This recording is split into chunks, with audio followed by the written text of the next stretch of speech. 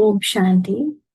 आज संडे की अव्यक्त मुरली है 28 दिसंबर 2025। मुरली की ओरिजिनल डेट है 18 मार्च 2008।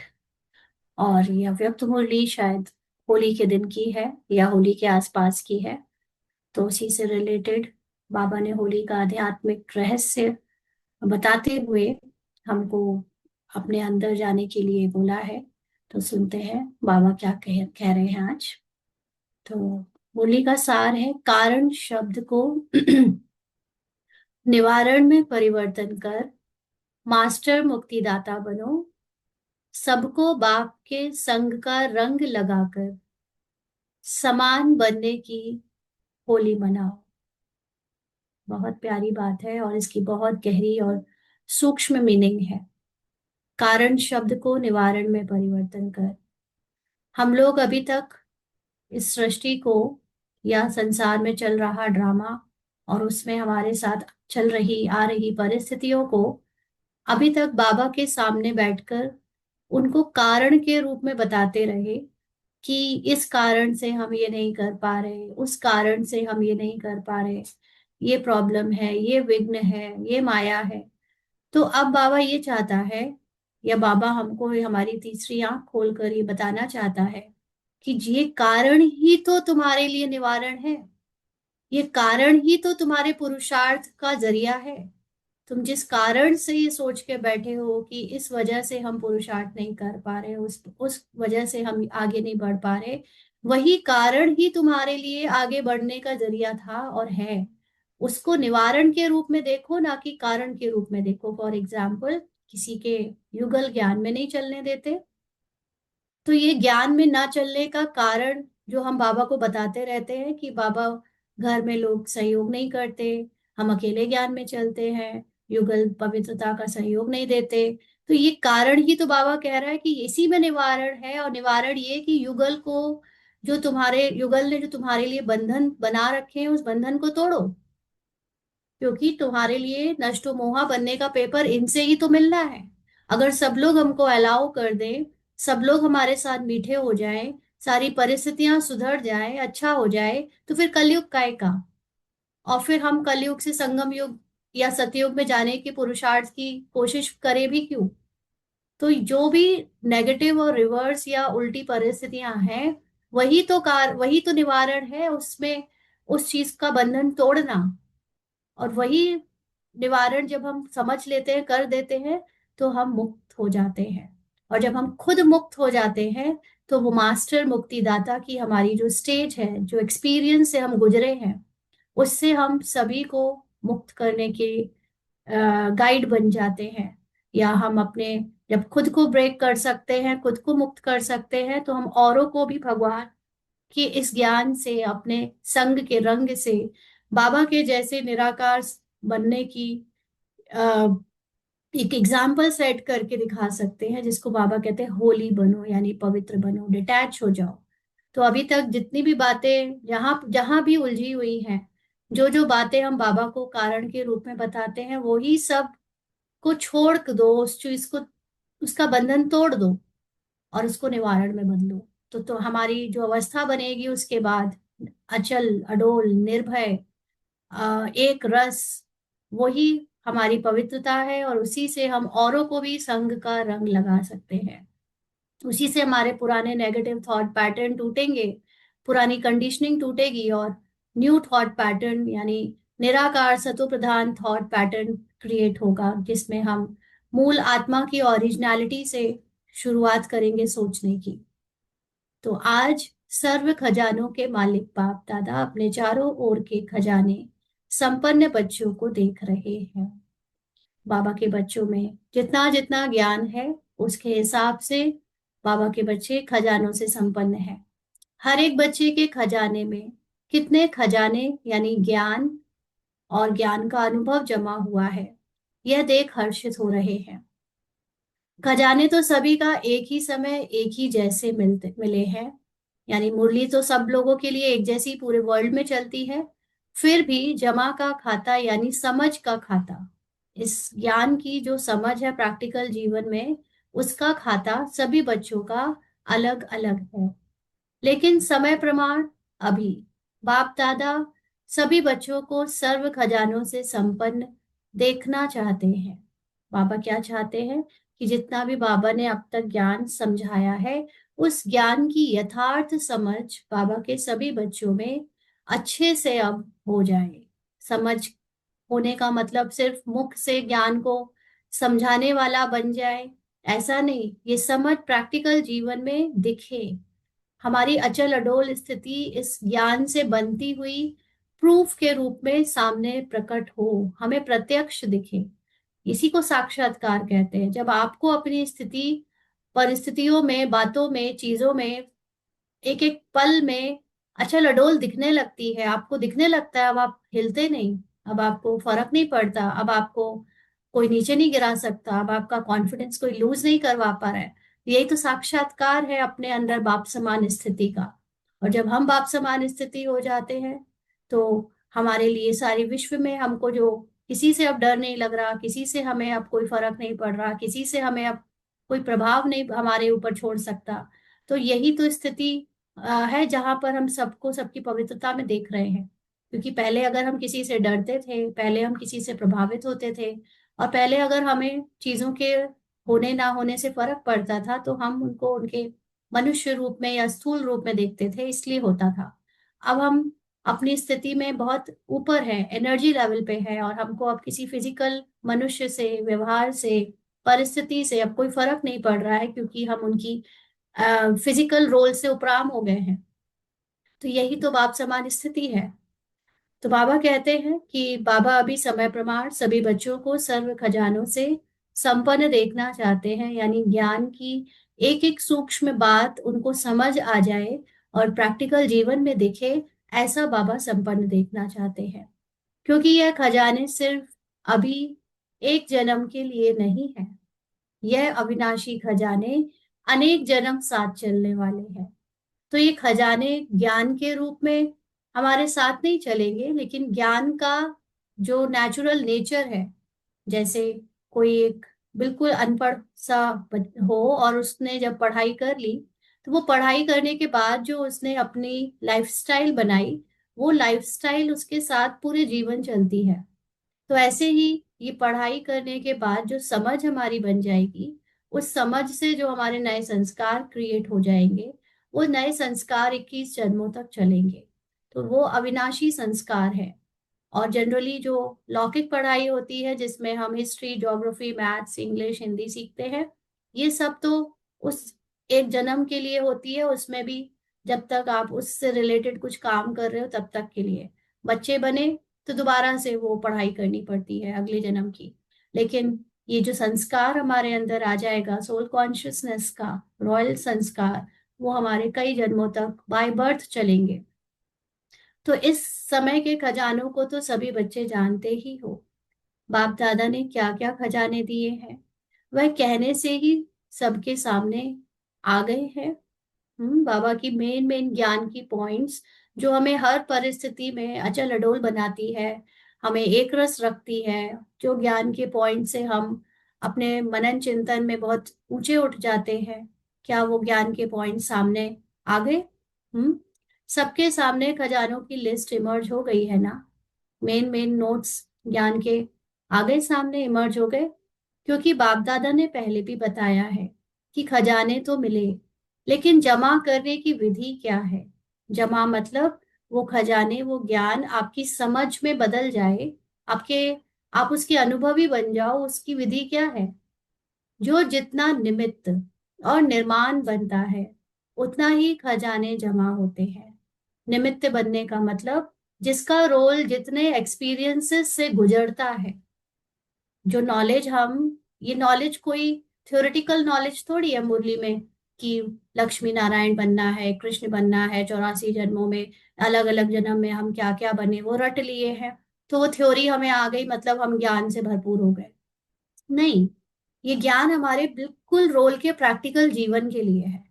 इस ज्ञान से प्रैक्टिकल जीवन में आप अचल अडोल बन जाते हो। तो ये अचल अडोल कब बनेंगे? जब रोल चीजों के निमित्त बनेगा, रोल जब एक्सपीरियंसेस लेगा, रोल जब उन परिस्थितियों में इस ज्ञान को अप्लाई करेगा, और जितनी ज्यादा परिस्थितियों से गुजरेगा, जितनी ज्यादा ज्ञान की एप्लीकेशन से वो उसका एक्सपीरियंस होल्डर बनेगा, यानी एक अनुभवी मूर्त बनेगा, उतना ही उसके वो खजाने उसके अंदर नेचुरल नेचर के रूप में स्टोर होते जाएंगे। और निर्माण बनना, यानी इस ज्ञान को जब आप मूल रूप की आत्मा अपने आप को समझते हो, तो रोल की निंदा, स्तुति, मान, अपमान, ऊंच नीच, गर्मी सर्दी, सबसे अपने को परे देखने लगते हो। तो फिर आपके अंदर कोई रोल में आप प्रेज पाओ, रोल में आप लोगों से अपने नाम मान शान की कामना करो, ये नहीं रह जाता। रोल चल रहा है, रोल बहुत सारे एक्सपीरियंसेस से गुजर रहा है, और ये ज्ञान की रोल एक केवल ड्रामा है, मैं नहीं हूँ। और रोल में जो कुछ कराया जा रहा है वो ड्रामा अनुसार हो रहा है। वो आपको निर्माण बना के रखता है, आपको मान की अपेक्षा से परे रखता है। तो जो जितना ज्यादा एक्सपीरियंसेस से गुजरते हुए रोल में अ, ज्ञान को यूज करता है, और जो जितना ज्यादा निर्माण बना रहता है उसके पास उतना ही इस ज्ञान का नेचुरल खजाना जमा हो जाता है, यानी समझ एक्सपीरियंसेस के रूप में जमा हो जाती है। तो चेक करो ना, जैसे एक डॉक्टर होता है, एक डॉक्टर के पास पेशेंट जब जाते हैं, तो ज्यादातर पेशेंट यही चाहते हैं कि डॉक्टर एक्सपीरियंस्ड हो, उसने हर तरह का केस हैंडल किया हो, उसको हर तरह की जो भी बीमारियां होती हैं उन सब की दवाई आती हो, समझ हो उसकी, प्रैक्टिकली जो पेशेंट है उसको समझने की। तो वो जितना ज्यादा एक्सपीरियंस्ड होगा, उसने जितने तरह के केस हैंडल किए होंगे और जितनी तरह के अनुभव लिए होंगे, उससे उसकी कीमत बढ़ती है, उसकी फीस, उसकी कीमत, उसका एक्सपीरियंस जब ज्यादा होता है तो उसकी वैल्यू ज्यादा होती है बाकी डॉक्टर के कंपैरिजन में। तो ऐसे ही यहाँ पर जब हम सब इतने सारे लोग मुरली सुनने वाले हैं, इतने सारे लोग ज्ञान सुनने और सुनाने वाले भी हैं, लेकिन कितने लोग हैं जो इस ज्ञान से प्रैक्टिकल एप्लीकेशन करके एक्सपीरियंसेस से गुजरे हैं? कितने लोग हैं जिन्होंने इस ज्ञान को निमित्त बनकर यूज किया है और इस ज्ञान के हल्केपन से निर्वाण बने रहे हैं? तो जो जितना जिसने एक्सपीरियंसेस लिए होंगे इस ज्ञान को यूज करके, उसके अंदर उतने खजाने जमा होंगे, और वह उतना ही भरपूर होगा, मतलब उतना ही अंदर से सॉलिड होगा।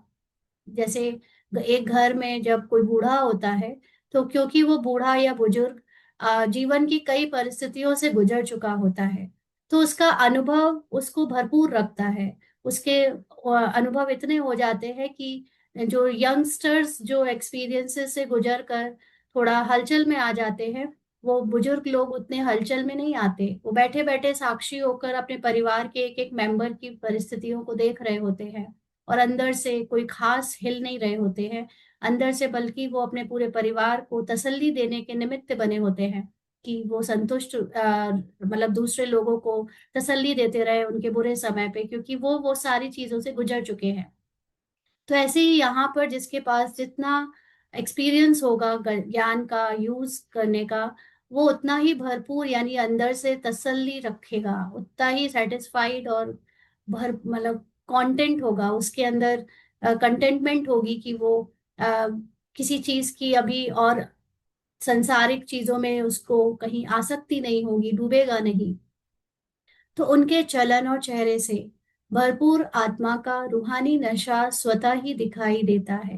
तो जैसे जैसे एक्सपीरियंसेस होते जाते हैं, आपकी इन कर्मेंद्रियां जो चंचलता से पहले भरी हुई थी वो शांत होने लगती हैं। आपके चेहरे पर एक मैच्योरिटी का एक्सप्रेशन आ जाता है, क्योंकि अब आपकी सूक्ष्म इंद्रियां या कर्मेंद्रियां इधर उधर भटक नहीं रही हैं, अब आपको कोई धोखा नहीं दे पाता क्योंकि काफी एक्सपीरियंस हो चुके हैं।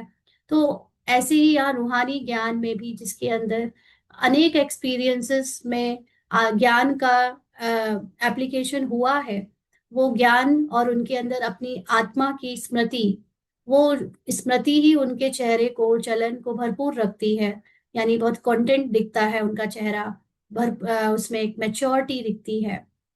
तो उनके चेहरे पर सदा रूहानी नशा व फकुर चमकता है, यानी उस चीज का कि हमने जो जो एक्सपीरियंसेस से गुजरे हैं, आज हमारे अंदर उन चीजों की वैल्यू है, मतलब एक्सपीरियंस होना ही वैल्यू होती है। तो वो रूहानी फकुर होगा, और उतना ही वो बेफिक्र बादशाह होगा, क्योंकि अनेक परिस्थितियों से गुजर जाने के बाद उसे पता चल चुका होगा कि ये परिस्थितियां तो केवल एक कागज का शेर थी। अब कुछ भी आ जाए उसे पता है उसे क्या करना है, उसे कैसे इस घटनाओं से न्यारे होना है, उपराम होना है।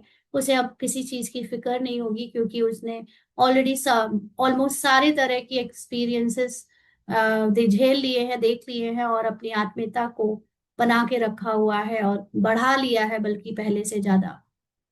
तो रूहानी फकुर अर्थात रूहानी नशा बेफिक्र बादशाह की निशानी है। तो अपने को चेक करो कि मेरी चलन और चेहरे पर बेफिक्र बादशाह का निश्चय और नशा है। चेक करो। दर्पण तो सबको मिली हुई है ना? यानी अपने अंदर समझ तो ये सबको मिली है कि हम चेक कर सके अपने अंदर की स्थिति। ये तो सबको चेक करना आता है कि हम अचल अडोल ज्यादा हो गए हैं, या हम हलचल में अभी आते रहते हैं। परिस्थितियों में हम साक्षी हो पाते हैं, या परिस्थितियां हमको बहा के ले जाती हैं। इमोशनली अभी हम लोगों में फंसे हैं, चीजों में मोह में फंसे हैं, या अब हम बहुत न्यारे हो गए हैं। ये सारी चेकिंग तो हर कोई अपनी पर्सनल इंडिविजुअल लेवल पर कर सकता है ना। इतनी समझ तो सबको है। तो दिल के दर्पण में अपना चेहरा चेक करो। चेहरा मतलब अपनी स्थिति चेक करो।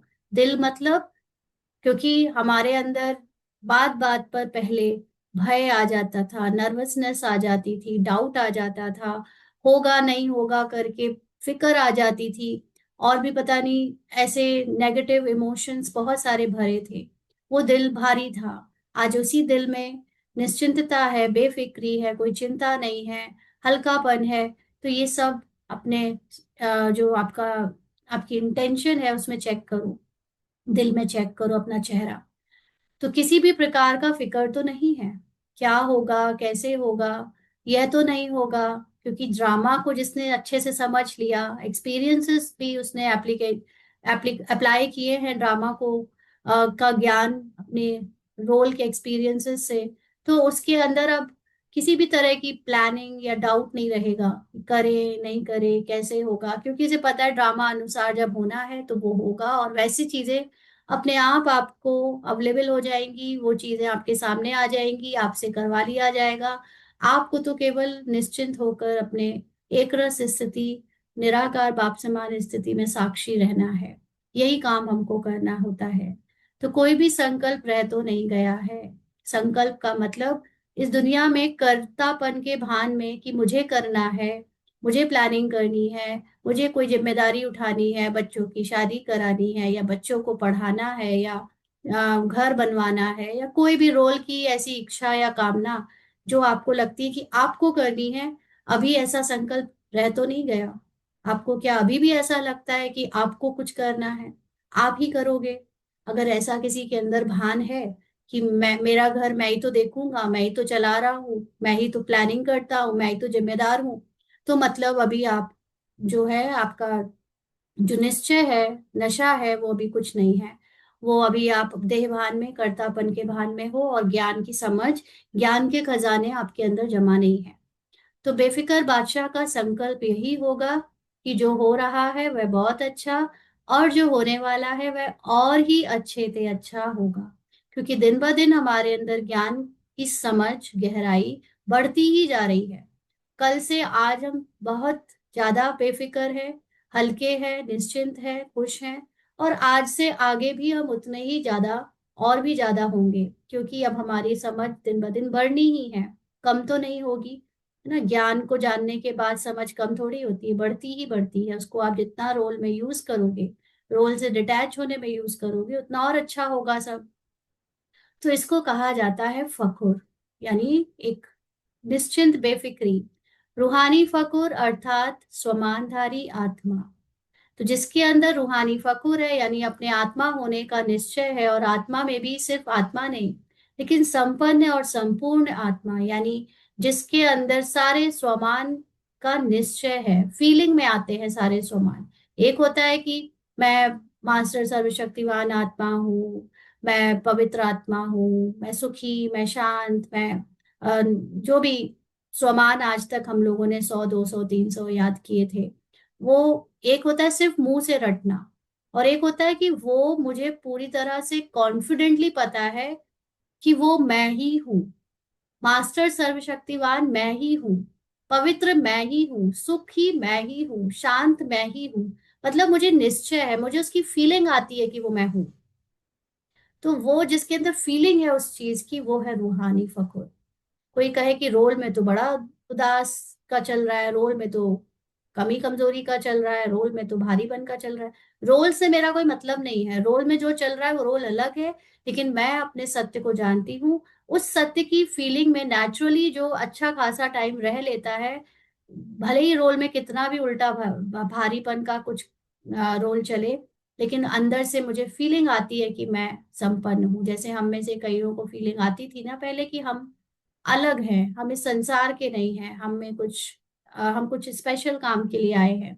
तो वो फीलिंग ने ही हमको देखो ज्ञान में ला दिया, और उस फीलिंग ने ही हमको इस स्पेशल काम के लिए, स्पेशल पुरुषार्थ के लिए तैयार कर दिया। तो ऐसे ही जब इस फीलिंग में ही आता है कि हम साधारण नहीं, हम श्रेष्ठ हैं, हम महान हैं, हम सर्वशक्तिवान हैं, हम असंभव को संभव कर दिखाने वाले, ये सारे स्वमान सिर्फ रटने वाले नहीं, but I actually feel it like my own quality, ये मेरा सत्य है। जब मैं ऐसा फील करती हूँ, तो वो फीलिंग ही आपका रूहानी फकुर बन जाती है। तो विनाशी धन वाले जितना कमाते, उतना समय प्रमाण फिकर में भी रहते।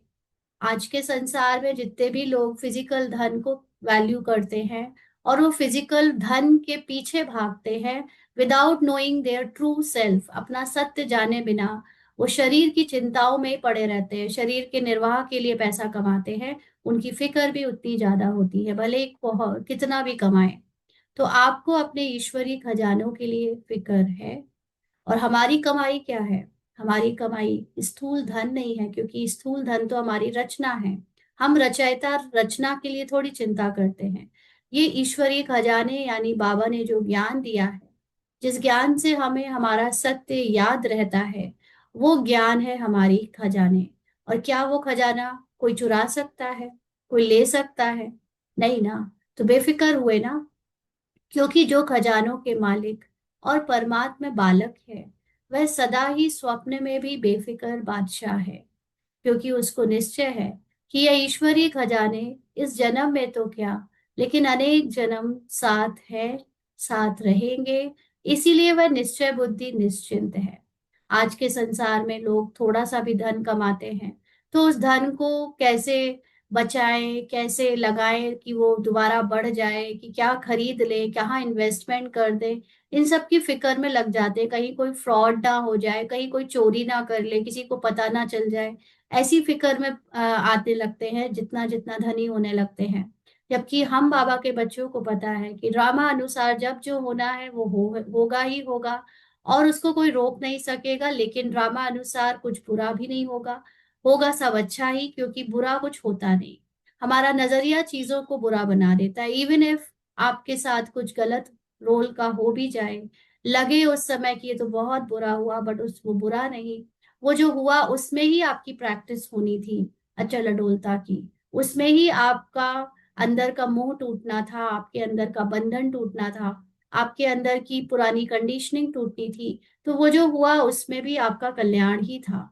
जब हमारे अंदर इस बात की ज्ञान की समझ आ जाती है, तो हम हर तरह से बेफिक्र हो जाते हैं, नींद में भी बेफिक्र रहते हैं। हमको इस बात का भी डर नहीं कि कोई चोर घुस जाएगा, कि कोई मेरा कुछ ले जाएगा, कोई कुछ चुरा लेगा। नहीं, क्योंकि हमें ज्ञान से अपनी संपूर्णता और ड्रामा पर अब निश्चय है।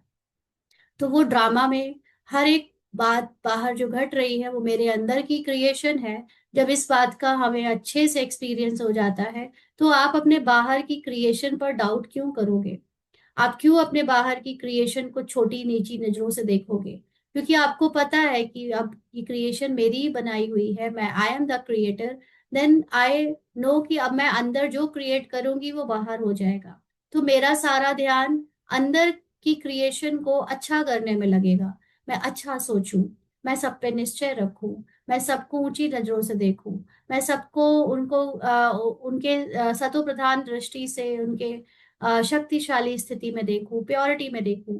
क्योंकि अब मुझे पता है कि बाहर अगर आज मुझे दुनिया में बुराई दिख रही है, बेईमानी दिख रही है, कचरा दिख रहा है, या लोग बुरे दिख रहे हैं, डर दिख रहा है, तो वो सब मैंने ही तो रचा था। मैंने मतलब मेरे मन ने रचा था। मुझे पता नहीं था कि कैसे रचा जाता है, लेकिन इस लिमिटेड माइंड को नहीं पता है। लेकिन अनलिमिटेड माइंड को तो सब पता है। हमारी सुप्रीम कॉन्शियसनेस को सब पता है कि ये सब चीजें इस माइंड की क्रिएशन है। तो जब हम ये अपनी सुप्रीम कॉन्शियसनेस के साथ कंबाइंड रहते हैं या उसी स्थिति में रहते हैं, तो ये लिमिटेड माइंड की जो क्रिएशन है उससे फिर हम डरते नहीं, प्रभावित नहीं होते, बल्कि एक नई रचना रचने में बिजी हो जाते हैं। अब हम अंदर से नया सोचेंगे, सतोप्रधान सोचेंगे, पवित्र सोचेंगे, सबके लिए अच्छा और ऊंचा सोचेंगे, श्रेष्ठ और महान सोचेंगे, तो ऑटोमेटिकली मेरी क्रिएशन बाहर की बदलने लगेगी।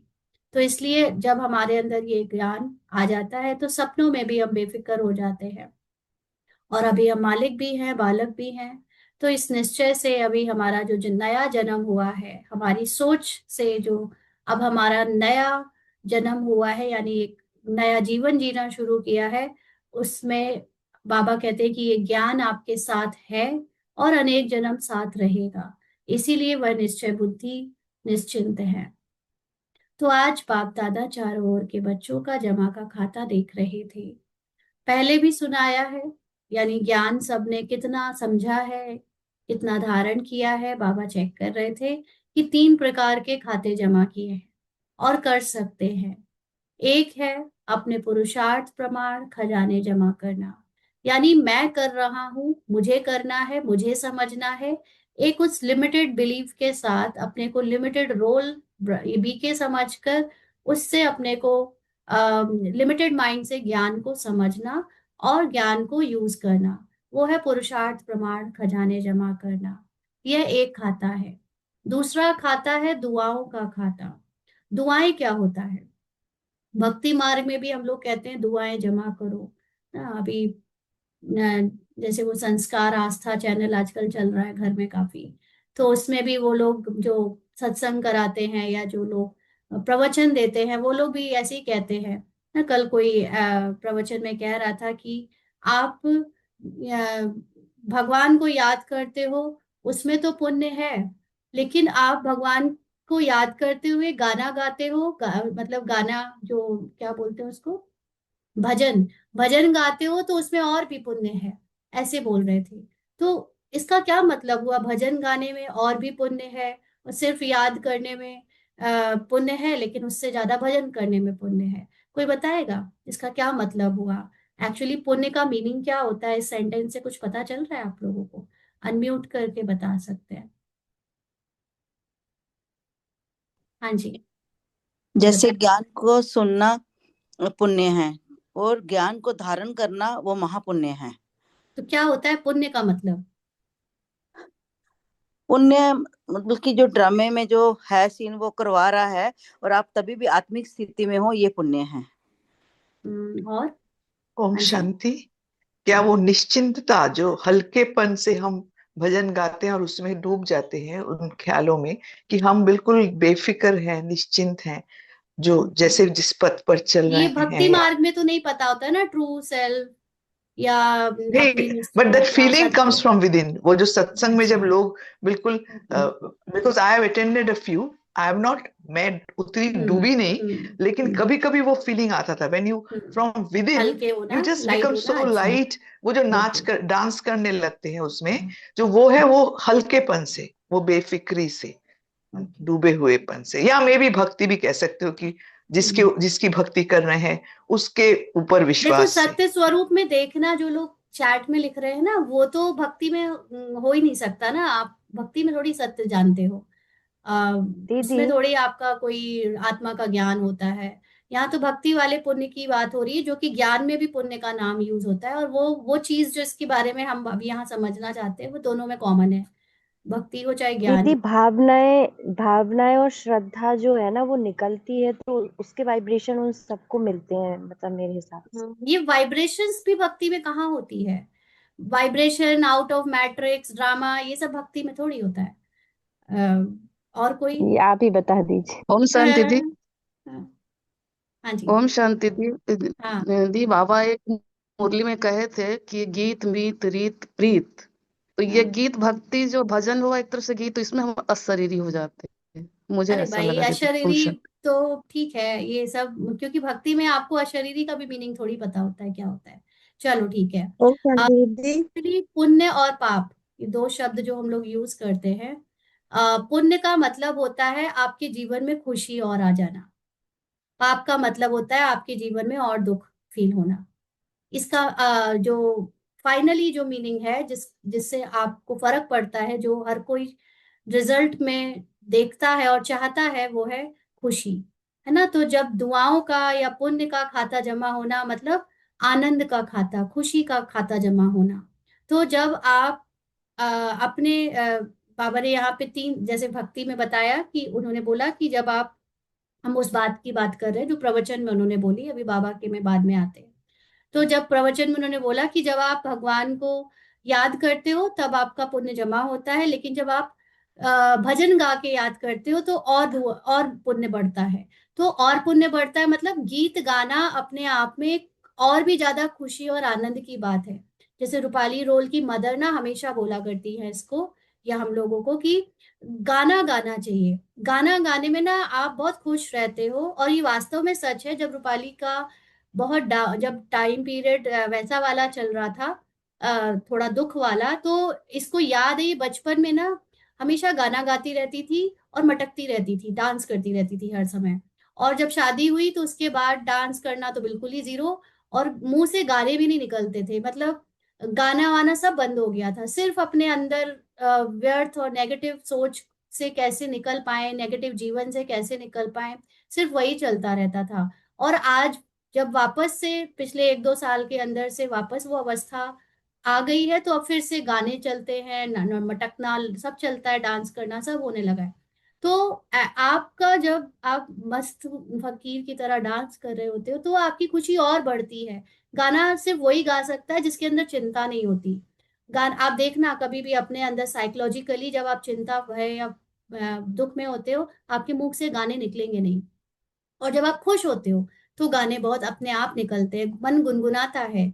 तो ये है आपका पुण्य का खाता बढ़ना, यानी आपकी खुशी बढ़ रही है। और पाप का खाता बढ़ना मतलब आपका दुख बढ़ेगा।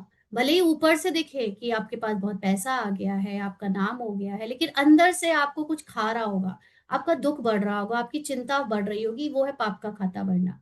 और यही सेम थिंग है इसमें दुआओं का भी, दुआ और बददुआ। दुआ का मतलब कि आपके अंदर खुशी और आनंद बढ़ेगा, और बदुआ का मतलब आपके अंदर दुख और अशांति बढ़ेगी। तो बाबा ने यहाँ पर, अब हम ज्ञान में आकर इसकी बात करें, तो बाबा कहते हैं, हाँ, डर लगे तो गाना गा। अच्छा, अपने पुरुषार्थ प्रमाण खजाने जमा करना, ये है पहला प्रकार का खाता। और दूसरा खाता है दुआओं का खाता। है ना? दुआओं का खाता जमा होने का साधन क्या है? सदा संबंध, संपर्क और सेवा में रहते हुए, संकल्प, बोल और कर्म में, तीनों में स्वयं भी, स्वयं से संतुष्ट, और दूसरे भी सर्व और सदा संतुष्ट हो। एक तो हम यहाँ पर योग बैठकर जो पुरुषार्थ करते हैं उससे खुशी मिलती है, वो अपना खाता सबका अपना अपना है। दूसरा, जब रोल में ये शरीर आता है, मतलब स्वभाव संस्कारों में संपर्क में, तो उस समय जो भी रोल के द्वारा बोला गया, रोल के द्वारा जो संपर्क में आने के समय कर्म हुए या सोचा गया, उस समय रोल ने कुछ भी बोला, सोचा, करा, उससे संतुष्ट रहो। ये नहीं सोचो हाय मैंने क्या बोल दिया, मुझे ऐसे नहीं बोलना चाहिए था, मैं ऐसे नहीं तो ऐसे बोल देती, ऐसा कर देती, या ऐसा सोचना चाहिए था, ऐसा नहीं सोचना चाहिए। जो भी रोल ने किया, उस तीनों चीजों से संतुष्ट रहना। और जब हम संतुष्ट रहते हैं, हम उस चीज को वहीं पर फुल स्टॉप लगा देते हैं, उसके बारे में सोचते नहीं, तो दूसरे भी अपने आप उस चीज से संतुष्ट हो जाते हैं। इस चीज का एक्सपीरियंस है हम में से कुछ लोगों को जरूर है। हम लोग ऑलरेडी इसके बारे में पहले भी डिस्कस कर चुके हैं कि कुछ भी भूल गया रोल से, कुछ भी करवा दिया गया, कुछ भी हो गया, लेकिन हमने अब उसको सोचा नहीं, हमने अब उसको पश्चाताप नहीं किया, हमने उसको वहीं फुल स्टॉप लगा दिया, तो सामने वाले को भी कोई फर्क नहीं पड़ा। सामने वाले ने भी अब उस चीज का हुआ नहीं बनाया, या सामने वाले ने भी उसको लंबा नहीं खींचा। तो ये एक्चुअली दूसरे तरह का खुशी का खजाना है। इससे जब हम एक्सपीरियंस हो जाते हैं कि अब हर चीज में हम वही फुल स्टॉप लगा देते हैं, जो हुआ ड्रामा में एक्टिंग हुई, और ड्रामा में एक्टिंग करके हम एक्टिंग के बारे में दोबारा क्यों सोचे, ड्रामा ने करवा दी, एक्टिंग खत्म, मेरा सत्य उसका सत्य तो सेम है, तो हम सब सत्य में तो है ही लवफुल। वो अब याद नहीं करते तो सामने वाले को भी उसका बुरा नहीं लगता, फर्क नहीं पड़ता, वो भी संतुष्ट हो जाता है, और इससे कितनी खुशी बढ़ गई हम सबकी। अब हमारे लिए योग बैठने वाला योग थोड़ी रह गया, अब हमारे लिए चलते फिरते अब बैठते उठते खाना खाते सब समय हमारे लिए योग ही हो गया, क्योंकि अब हम प्रैक्टिस कर रहे हैं अपने एक एक सेकंड इस चीज की। तो ये था दूसरा तरह का दुआओं का खाता, जिसमें खुशी बढ़ती है आपकी। आपकी हम सब यहाँ किस लिए आए हैं? मुक्ति, जीवन मुक्ति के लिए ना। तो मुक्ति तो हमारा नहीं पार्ट है, मुक्ति तो बाकी लोगों का पार्ट है जो लोग ज्ञान में नहीं है। हमारे लिए जीवन मुक्ति है, और जीवन मुक्ति का मतलब ही होता है जीवन जीते हुए रोल की दुखों से मुक्त रहना और सुखी रहना, संतुष्ट रहना, दैट इज जीवन मुक्ति।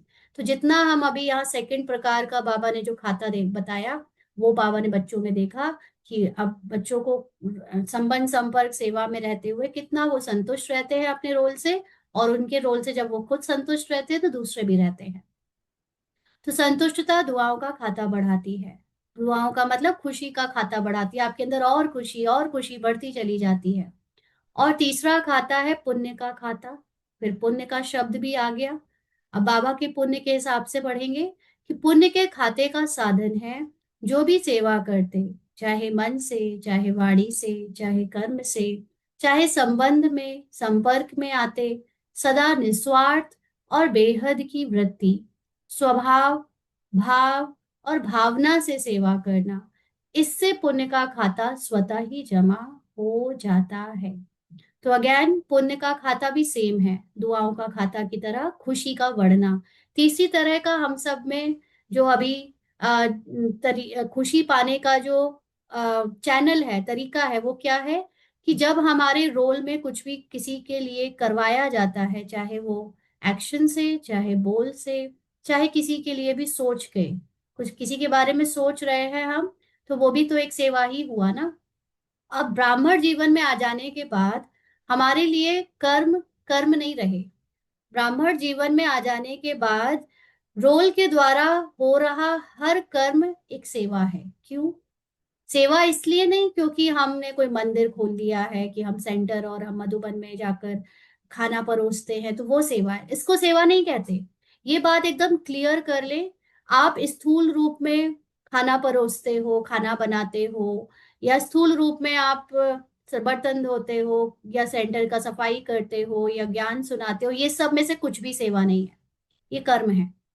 सेवा सिर्फ वो तभी कही जाएगी जब वो कर्म होते हुए आप साक्षी हो, आप साक्षी होकर उस कर्म से डिटैच हो, आप उस कर्म के जब कर्ता नहीं बनते हो, तभी वो सेवा कहलाती है, अदरवाइज वो सेवा नहीं है। तो क्योंकि अब हम ज्ञानी ब्राह्मण हैं, हमें पता है कि हम करता नहीं, हम सोचता नहीं, हम भोगता नहीं, हम कुछ भी जो हो रहा है रोल में वो हम नहीं कर रहे, तो यही याद रखना सेवा है। तो जो तीसरे प्रकार की प्रैक्टिस हम लोगों में बाबा ने देखी कि बच्चे कर रहे हैं या नहीं, उसमें बाबा ने देखा कि बच्चों के रोल के द्वारा जो भी बुलवाया जाता है, जो भी मन उनका सोचता है, या जो भी कर्म वो करते हैं और संबंध संपर्क में आते हैं, उसमें उनका भाव जो दूसरे लोगों के साथ है, वो रोल का स्वार्थ से होता है, या रोल से ही बेहद की वैराग की वृत्ति है। माना मैं देख रही हूँ कि मेरा रोल आज किसी बुजुर्ग की सेवा कर रहा है, मैं देख रही हूँ कि रोल आज किसी को खाना खिला रहा है, या रोल किसी के लिए कोई काम आ रहा है, या उसको ज्ञान सुनाकर उसकी कोई मदद कर रहा है, लेकिन मैं वो नहीं हूँ।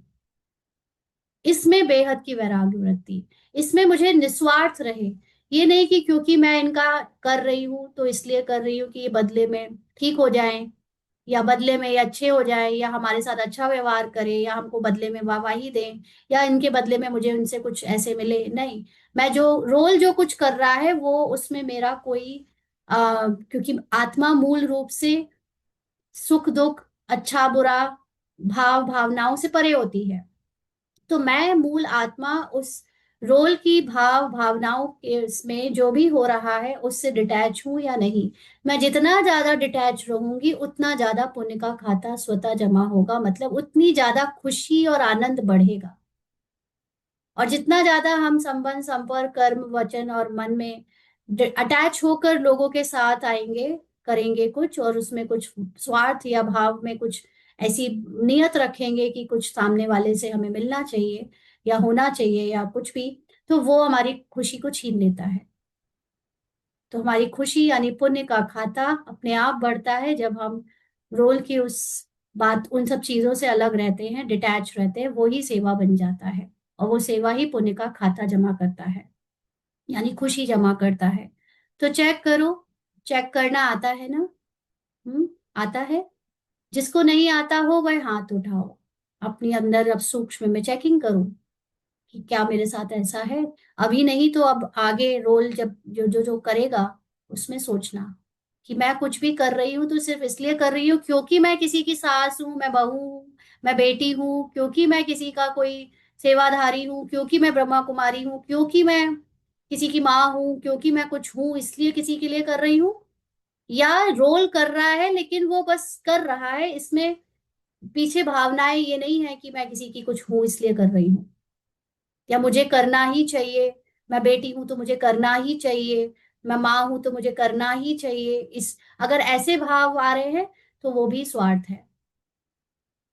अगर मुझे किसी के लिए कुछ करना ही चाहिए और फिर कर रही हूं तो वो स्वार्थ है और वो कर्तापन का भाव है। और साथ साथ आपकी वो आइडेंटिटी बनी हुई है, उसमें ईगो ईगो है। और जब रोल से हो रहा है क्योंकि बस रोल में होना है, एक भले ही रूप माँ का है लेकिन वो खाना बनाने का उसका केवल एक पार्ट है, वो पार्ट अदा कर रही है। तो वो बेटा खा रहा है, वो पति के रूप में कोई रोल है जो वो खा रहा है, वो सेवा बाकी घर परिवार की हो रही है, लेकिन भाव में उसमें मैं परिवार वाली हूँ, मैं घर वाली हूँ, मैं माँ वाली हूँ, ये सब नहीं आना चाहिए। अगर ये आ रहा है तो दैट इज स्टिल स्वार्थ और हद की वृत्ति है आपकी। आप कुछ आइडेंटिटी बनकर, कुछ बंधन में आकर किसी के लिए कुछ कर रहे हो, बोल रहे हो, सोच रहे हो, तो ये आपकी खुशी को कम कर देता है। और जब आपका रोल किसी के लिए कुछ भी कर रहा हो, वो भले ही परिवार वाले हो या बाहर वाले हो, लेकिन उसमें ये भावना नहीं है कि मैं इनकी ये हूं इसलिए कर रही हूं, बस हो रहा है। और हो रहा है जब आप उसमें कोई अटैचमेंट नहीं लाते हो, कोई आइडेंटिटी नहीं लाते हो, तो आपकी खुशी और बढ़ जाती है। आप और आनंद, आपका खुशी, आपका आनंद कोई ले नहीं सकता। जबकि आप किसी आइडेंटिटी के साथ जब कोई भी कर्म करोगे ना तो उसके साथ आता है एक बंधन, उसके साथ आता है दुख, अटैचमेंट। तो ऐसा चेक करो, चेक करना आता है? जिसको नहीं आता हो वह हाथ उठाओ, जिसको नहीं आता है कोई नहीं है। अभी बाबा के सामने तो सच सच बोलते नहीं ना, लेकिन बाबा तो सब, अपने आप बाबा को जानने की भी जरूरत नहीं है, क्योंकि जिसको आता होगा चेक करना वो करेगा, करेगा तो आगे बढ़ेगा। नहीं आता होगा तो नहीं कर पाएगा, नहीं कर पाएगा तो आगे नहीं बढ़ पाएगा। जो आगे बढ़ेगा उसको खुशी ज्यादा रहने लगेगी, वो उड़ा उड़ा रहेगा, हल्का रहेगा, बेफिक्र निश्चिंत रहेगा और नारायण की स्थिति तक पहुंच जाएगा। जो नहीं कर रहा होगा वो अभी भी राम की स्थिति में, वो वियोगी, योग लगाने वाला, मुश्किलात में, बंधनों में फंसा हुआ पुरुषार्थी बना रहेगा। तो बाबा ने कहा कोई नहीं है, माना सभी को आता है। तो चेक किया है कि स्व पुरुषार्थ का खाता, दुआओं का खाता, पुण्य का खाता, तीनों कितनी परसेंट में जमा हुआ है। चेक किया? हम्म। तो चेक, जो चेक करता है वह हाथ उठाओ। चेक करते हो? पूछ रहे हैं बाबा। पहली लाइन नहीं करती है, चेक नहीं करते। क्या कहते हैं? करते हैं ना, क्योंकि बाप दादा ने सुना दिया है, इशारा दे दिया है कि अभी समय की समीपता तीव्र गति से आगे बढ़ रही है। इसीलिए अपनी चेकिंग बार बार करनी है, क्योंकि बाप दादा हर बच्चे को राजयोगी सो राजा बच्चा देखना चाहते हैं। यही परमात्मा बाप को रूहानी नशा है कि एक एक बच्चा राजा बच्चा है। या बाबा के लिए तो बाबा सबकी मूल आत्मा को देखता है, और मूल आत्मा तो है ही राजा। लेकिन मन जो इस समय शरीर के रोल में, आइडेंटिटीज में फंसा हुआ और उसी पहचान के साथ कर्म व्यवहार में आता हुआ रहता है, वो दुखी हो जाता है, अशांत हो जाता है। तो उसी के लिए बाबा ये ज्ञान देकर हमको याद दिलाता है कि तुम वो मन नहीं हो जो किसी आइडेंटिटी में उलझ कर फंस कर दुखी हो जाए। तुम तो वो मन हो जिसने कभी एकदम राजा का पार्ट बजाया है, एकदम सतो प्रधान पार्ट बजाया है। तुम वो अपनी अवस्था को बनाओ, याद करो। तो स्वराज्य अधिकारी सो विश्व राज्य अधिकारी परमात्मा बच्चा है। तो जो अपने आप को राज यानी आत्मा राजा समझे और उस आत्मा राजा के अधिकार के रूप में वो विश्व का राज्य यानी पूरे विश्व पर जो रोल को कराया जा रहा है उससे न्यारा रहे, बिना किसी अटैचमेंट के, बिना किसी स्वार्थ के, बिना किसी मोह के, उससे डिटैच रहना ही राज्य अधिकारी परमात्मा बच्चे की निशानी है। तो खजाने तो बाप दादा द्वारा मिलते ही रहते हैं। बाबा तो रोज रोज ज्ञान में कितनी बातें बताता है। इन खजानों को जमा करने की बहुत सहज विधि है। अब जमा करना मतलब उस ज्ञान को अपनी समझ में उतारना अपनी नेचुरल नेचर बनाना। उसकी विधि क्या है? विधि कहो या चाबी कहो, वह जानते हो ना? जमा करने की चाबी क्या है जानते हो? 3 बिंदियां। 3 बिंदियां है ना सभी के पास चाबी? 3 बिंदियां लगाओ और खजाने जमा होते जाएंगे। 3 बिंदी मतलब अपने को आत्मा निश्चय की याद दिलाओ कि मैं संपूर्ण आत्मा हूं ही। दूसरी बिंदी, बाबा भी मेरे जैसा, मतलब बाबा के जैसी मैं हूं, लेकिन बाबा और मैं कंबाइंड है, उसको भी बिंदी रूप में देखो, निराकार रूप में देखो। उसके मन से अपने मन को मैच करो। और तीसरा है ड्रामा की बिंदी, कि ड्रामा में जो हो रहा है वो एकदम एक्यूरेट हो रहा है, उसमें रोल का रोल के साथ जो कराया जा रहा है वो बनी बनाई स्क्रिप्ट के अनुसार है। तो उसमें कोई आइडेंटिटी मत बनाओ कि मैं माँ हूं इसलिए कर रही हूँ, मैं पत्नी हूँ इसलिए करना ही है, या मैं किसी का फैमिली पर्सन हूँ तो मुझे करना ही पड़ेगा, ऐसा ही वो बंधन मत बनाओ। हर चीज में बिंदी लगाओ। तो माताओं को चाबी लगाने आती है ना? तो बाबा ने कहा खजाने जमा होते जाएंगे। जितना ज्ञान का खजाना होगा उतनी खुशी का खजाना बढ़ता जाएगा। तो जितना हम ये 3 बिंदी लगाएंगे उतना खुशी और बढ़ेगी। तो माताएं चाबी संभालने में होशियार होती है ना? तो सभी माताओं ने ये 3 बिंदियों की चाबी संभाल कर रखी है? पूछ रहे हैं बाबा। लगाई है? बोलो, माताएं चाबी है? जिसके पास है वह हाथ उठाओ। चाबी चोरी तो नहीं हो जाती? भूल तो नहीं जाते अपने आत्मिक स्वरूप को? भूल तो नहीं जाते अपने उस मन को जो बाप समान है? भूल तो नहीं जाते ड्रामा को कि ड्रामा में हर चीज नूंद है? कोई भी सीन घटा वो ड्रामा अनुसार एक्यूरेट उसी वक्त घटना था, और हम उसको सोचे जा रहे हैं, सोचे जा रहे हैं, ऐसा ना करते, वैसा ना करते, ये कर लेते, वो सुधार देते, आगे ना ऐसा कोई बात फिर से आ जाए। तो ये भी बिंदी लगाना नहीं हुआ। तो वैसे घर के हर चीज की चाबी माताओं को संभालनी बहुत अच्छी आती है। तो यह चाबी भी सदा साथ में रहती है। रहती है ना? यानी याद रहता है कि मुझे 3 चीजें याद रखनी है, डॉट डॉट डॉट। तो वर्तमान समय बाप दादा यही चाहते हैं। अभी समय समीप होने के नाते से बाप दादा एक शब्द सभी बच्चों के अंदर से, संकल्प से, बोल से और प्रैक्टिकल कर्म से चेंज करना देखना चाहते हैं। हम लोगों रोल में जो प्रैक्टिकली भाषा यूज होती है, या रोल जो प्रैक्टिकली मन में सोचता है, बोलता है, और उसे उसमें बाबा एक चेंज देखना चाहते हैं। बाबा पूछ रहा है, चेंज करोगे? हिम्मत है? एक शब्द यही बाप दादा हर बच्चे का परिवर्तन कराना चाहते हैं। जो एक ही शब्द बार बार तीव्र पुरुषार्थ से अलबेला पुरुषार्थी बना देता है। और अभी समय अनुसार वो कौन सा पुरुषार्थ चाहिए? हमारे रोल में मन जो पुरुषार्थ कर रहा है वो कोई एक शब्द है जो बार बार बोलता है, जिससे उसका पुरुषार्थ तीव्र से अलबेले पुरुषार्थ में बदल जाता है। और उस शब्द को बदलने से ही हम तीव्र पुरुषार्थी हो सकते हैं। वो कौन सा शब्द है? हम्म तीव्र पुरुषार्थ। और सब चाहते भी हैं कि तीव्र पुरुषार्थियों की लाइन में आए, लेकिन एक शब्द अलबेला कर देता है। पता है वह कौन सा शब्द है? हम्म बाबा पूछ रहे हैं, पता है? परिवर्तन करने के लिए तैयार हो? है तैयार? हाथ उठाओ, तैयार है?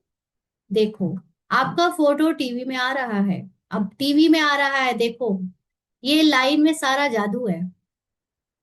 एक्चुअली ये टीवी में चल रहा है ये शो।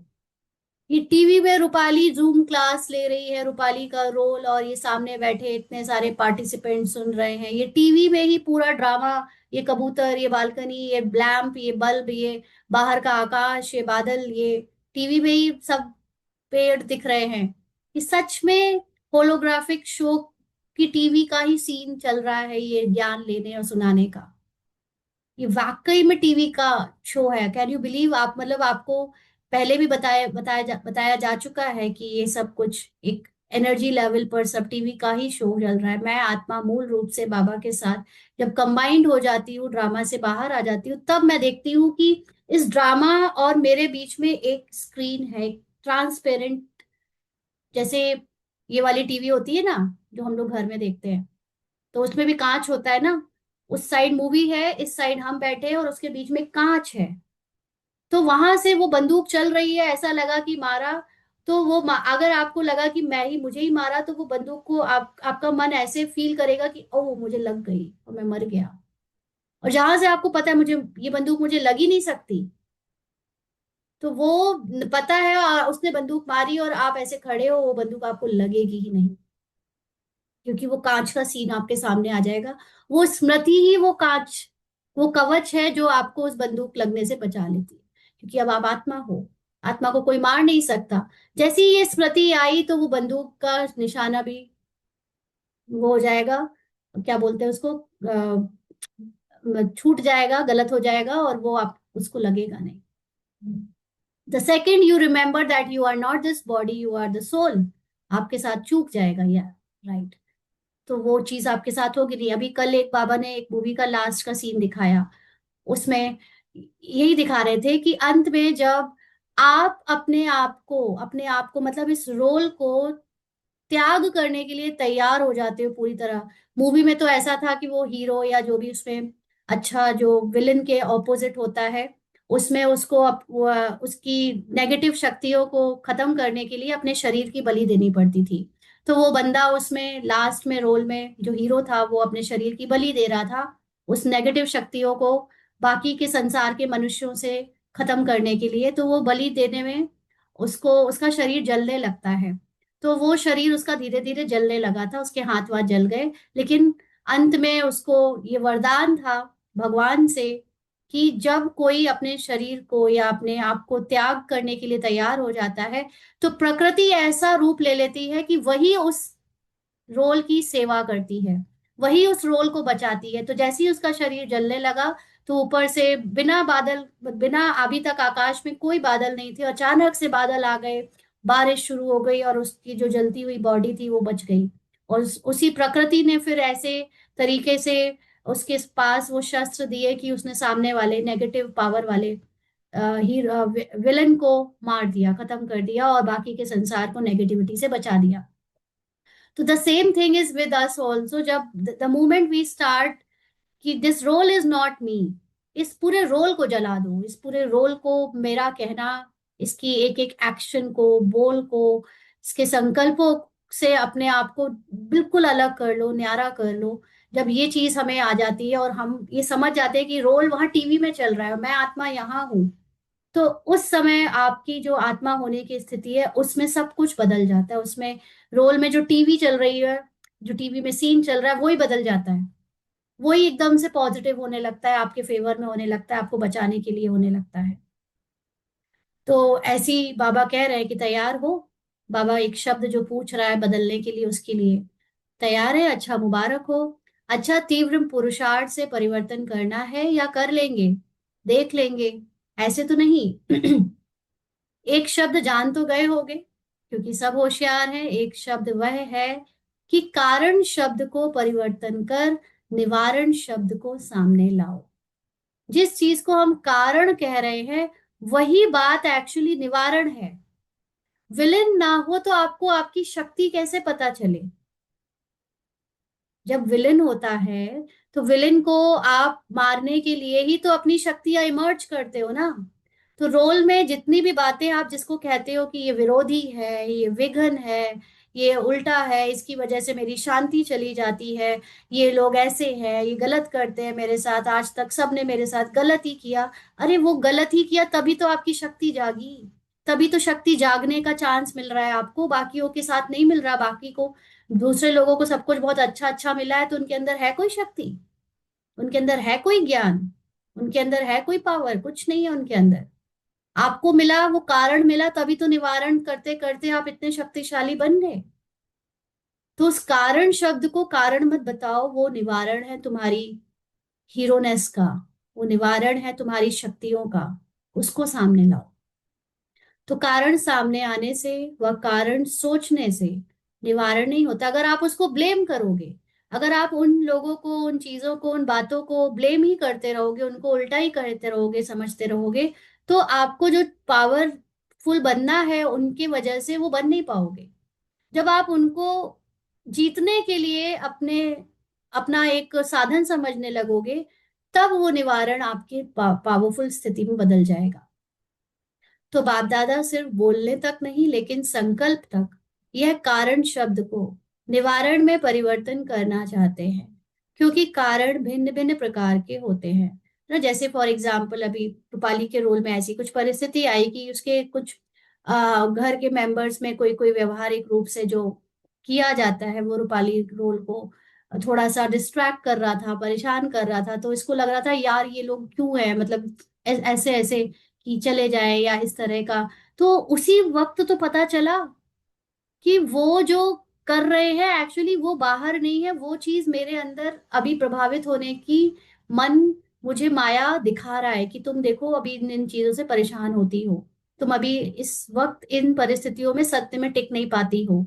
तो अगर वो ना होते तो मुझे कैसे पता चलता? मैं तो झूठे इस कॉन्फिडेंस में बनी रहती, मैं तो हो गई सोल कॉन्शियस, मैं तो पूरी अच्छी बढ़िया भली हो गई। अभी भी मुझे दूसरी बातों से, दूसरों के लोगों से फर्क पड़ रहा है। That mean there is still something left to work on. कुछ रह गया है काम करने को, कुछ रह गया है कचरा निकालने को, समझने को, बदलने को। तो इसलिए जब आप उस चीज को उस दृष्टि से लेने लगते हो, तो अब आप उस बाहर वाले पे ध्यान नहीं देते हो कि वो ऐसे क्यों कर रहा है। अब आप ये ध्यान देते हो कि मुझे क्यों इरिटेशन, मन को क्यों ये तुम मुझे, ये मन मुझे क्यों इरिटेट होकर परेशान कर रहा है, ये मन क्यों भड़बड़ा रहा है, ये मन क्यों बेचैन हो रहा है। तब आप उस मन को जब देखने लगते हो अपने अंदर, वहां पर पकड़ आती है, वहां पर आपको अपना डार्कनेस दिखती है, और उसको फिर आप जब अपनी एनर्जी देते हो सत्य की, तब वो हील होता है। अगर वो लोग ना हो आपके जीवन के रोल के स्क्रिप्ट में, बाहर वाले जो आपके अंदर की गंदगी को निकालने में मदद करते हैं, तो आपको कैसे पता चले कि कहाँ कहाँ सत्य की लाइट नहीं पहुंची है, कहाँ अंधेरा है अभी भी अंदर। जहां जहां आपका रोल परेशान होता है, वही तो अंधेरा है, वहीं तो सत्य की रोशनी डालनी है। तो वो लोग बनकर निमित्त आते हैं और आपको बचाते हैं उन चीजों से। लेकिन अगर हम कारण को कारण बोलते रहेंगे, निवारण नहीं बोलेंगे, तो हम समझ नहीं पाएंगे। अभी 1 मिनट के लिए शरीरी होकर बाबा को याद करते फिर आगे बढ़ेंगे।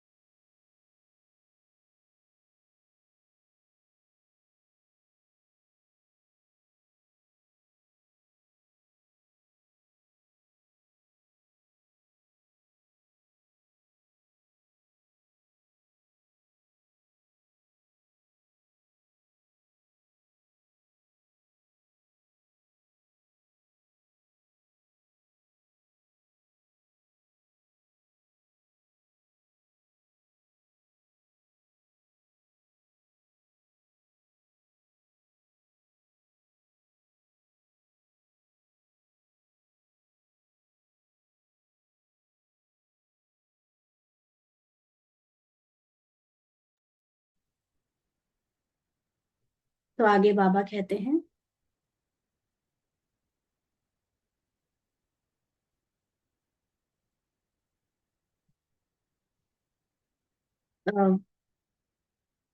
कारण सामने आने से व कारण सोचने से निवारण नहीं होता है। तो बाप दादा सिर्फ बोलने तक नहीं, लेकिन संकल्प तक यह कारण शब्द को निवारण में परिवर्तन करना चाहते हैं। क्योंकि कारण भिन्न भिन्न प्रकार के होते हैं, और वह कारण शब्द सोचने में, बोलने में, कर्म में आने में तीव्र पुरुषार्थ के आगे बंधन बन जाता है। यानी जैसे ही हम किसी फिजिकल बॉडी के रोल को या परिस्थिति को अपने संकल्पों में सोचने लगते हैं, यार ये ऐसे है, यार ये ऐसे कर देते, ऐसे बोल देते, उन्होंने ऐसे कैसे किया, और बोल भी रहे हैं उनके बारे में, बात भी कर रहे हैं, डिस्कस भी कर रहे हैं परिस्थिति या किसी व्यक्ति के बारे में, और कर्म में भी उसके बारे में कुछ करे जा रहे हैं कोई चीज, तो वो उस समय मुझे अपने आत्मिक स्वरूप में टिकाने के समय रोक देती है। मैं उस वक्त साक्षी नहीं हूं, मैं उस समय रोल में डूब गई। ये मन उस समय परिस्थिति और बीती हुई घटना या व्यक्ति के प्रति अपने संकल्पों में डूब गया, और उस समय वो आत्मा नहीं है, उस समय वो आत्मिक स्वरूप में नहीं है। और यही रुक जाना, अटक जाना कहीं भी कारण किसी भी बात में, ये बंधन बन जाता है। क्योंकि आप सभी का वायदा, बाप दादा से वायदा है, स्नेह से वायदा है कि हम सभी भी बाप के विश्व परिवर्तन के कार्य में साथी हैं। तो जो बाहर की दुनिया अभी हमको बदलनी है, क्योंकि हमारे पुराने मन ने उसको जैसे क्रिएट किया था, वो उस क्रिएशन में अभी कमी है, उस क्रिएशन में, उस क्रिएशन में आज प्रॉब्लम्स हैं, उस क्रिएशन में आज दुख है, हताशा है। लेकिन वो क्रिएशन हम ही को तो बदलनी है अब। पहले हमें नहीं पता था कि वो क्रिएशन हमारी है, तो वो जैसी क्रिएट हुई हम उसको ही सच मानकर जी रहे थे। बट अब तो हमें पता है कि हमारी क्रिएशन हम बदल सकते हैं। तो हमारे अंदर थॉट्स में कितनी सतो प्रधानता हो, साइलेंस हो, जिससे वो क्रिएट नहीं हो तो वो सुधरी हुई क्रिएट हो।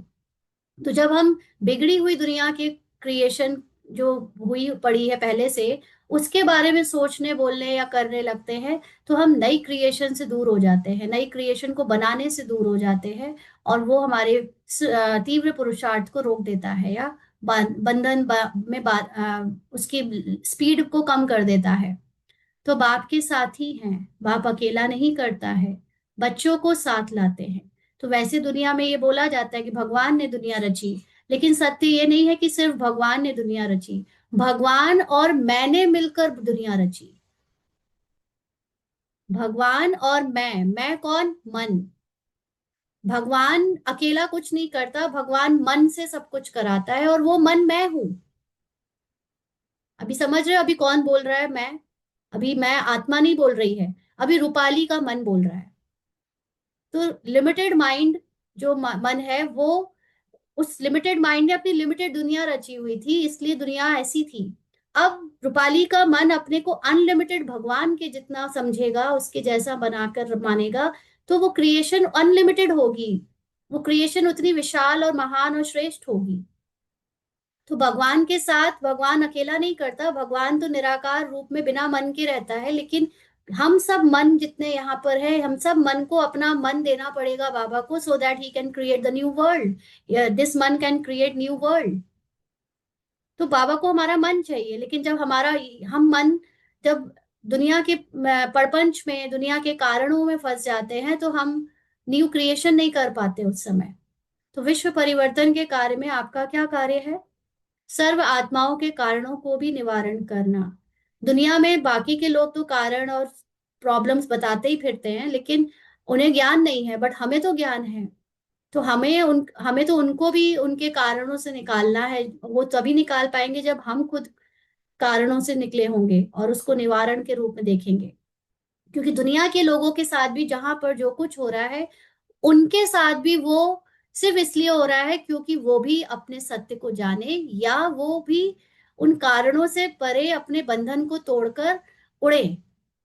आज किसी के साथ कितना भी कहीं भी बुरा हो रहा है, चाहे लौकिक में, आपके लौकिक परिवार वालों में, चाहे पूरे समाज और दुनिया में, कहीं कुछ गलत नहीं हो रहा। चाहे किसी को मारा जा रहा है, चाहे किसी को काटा जा रहा है, चाहे किसी का रेप हो रहा हो, चाहे किसी का कुछ भी हो रहा हो, हर चीज सिर्फ इसलिए हो रही है क्योंकि वहां पर जो मन फंसा पड़ा है, वो मन वहां से निकलकर अपने सत्य में लौट आए, अपने सत्य में टिके। तो उनके भी कारणों का निवारण वो कौन करेगा, जब जो खुद पहले कारण को बदल चुका हो निवारण में। क्योंकि आजकल मेजॉरिटी दुखी और अशांत होने के कारण अभी मुक्ति चाहते हैं। दुख अशांति से, सर्व बंधनों से मुक्ति चाहते हैं। और मुक्तिदाता कौन? कौन देगा उन्हें मुक्ति? क्योंकि ये सारी बाहर की क्रिएशन किसके माइंड की है? हम माइंड की है।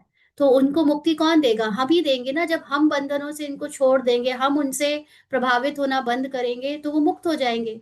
जब तक हम किसी के बारे में सोचते रहते हैं, उसका रोल ओवर नहीं होता। इसीलिए हमें अगर किसी का रोल ओवर करना है तो हमें उसके बारे में सोचना बंद करना पड़ेगा। कर सकते हैं। उसके बारे में सोचना बंद करने के बारे में सोचना भी वो सोचना ही हो गया ना। तो वो कैसे वो खत्म होगा? वो तब होगा जब हम कुछ मतलब ना रखें, सिर्फ अपने सत्य से मतलब रखें। तब हम किस किस को भूल जाएंगे हमें पता भी नहीं चलेगा। क्योंकि अगर हम ये सोचे कि हम तुम्हारे बारे में सोचना नहीं चाहते, तो हम और ही सोच रहे हैं उसके बारे में, है ना। तो इसलिए मुक्तिदाता कौन?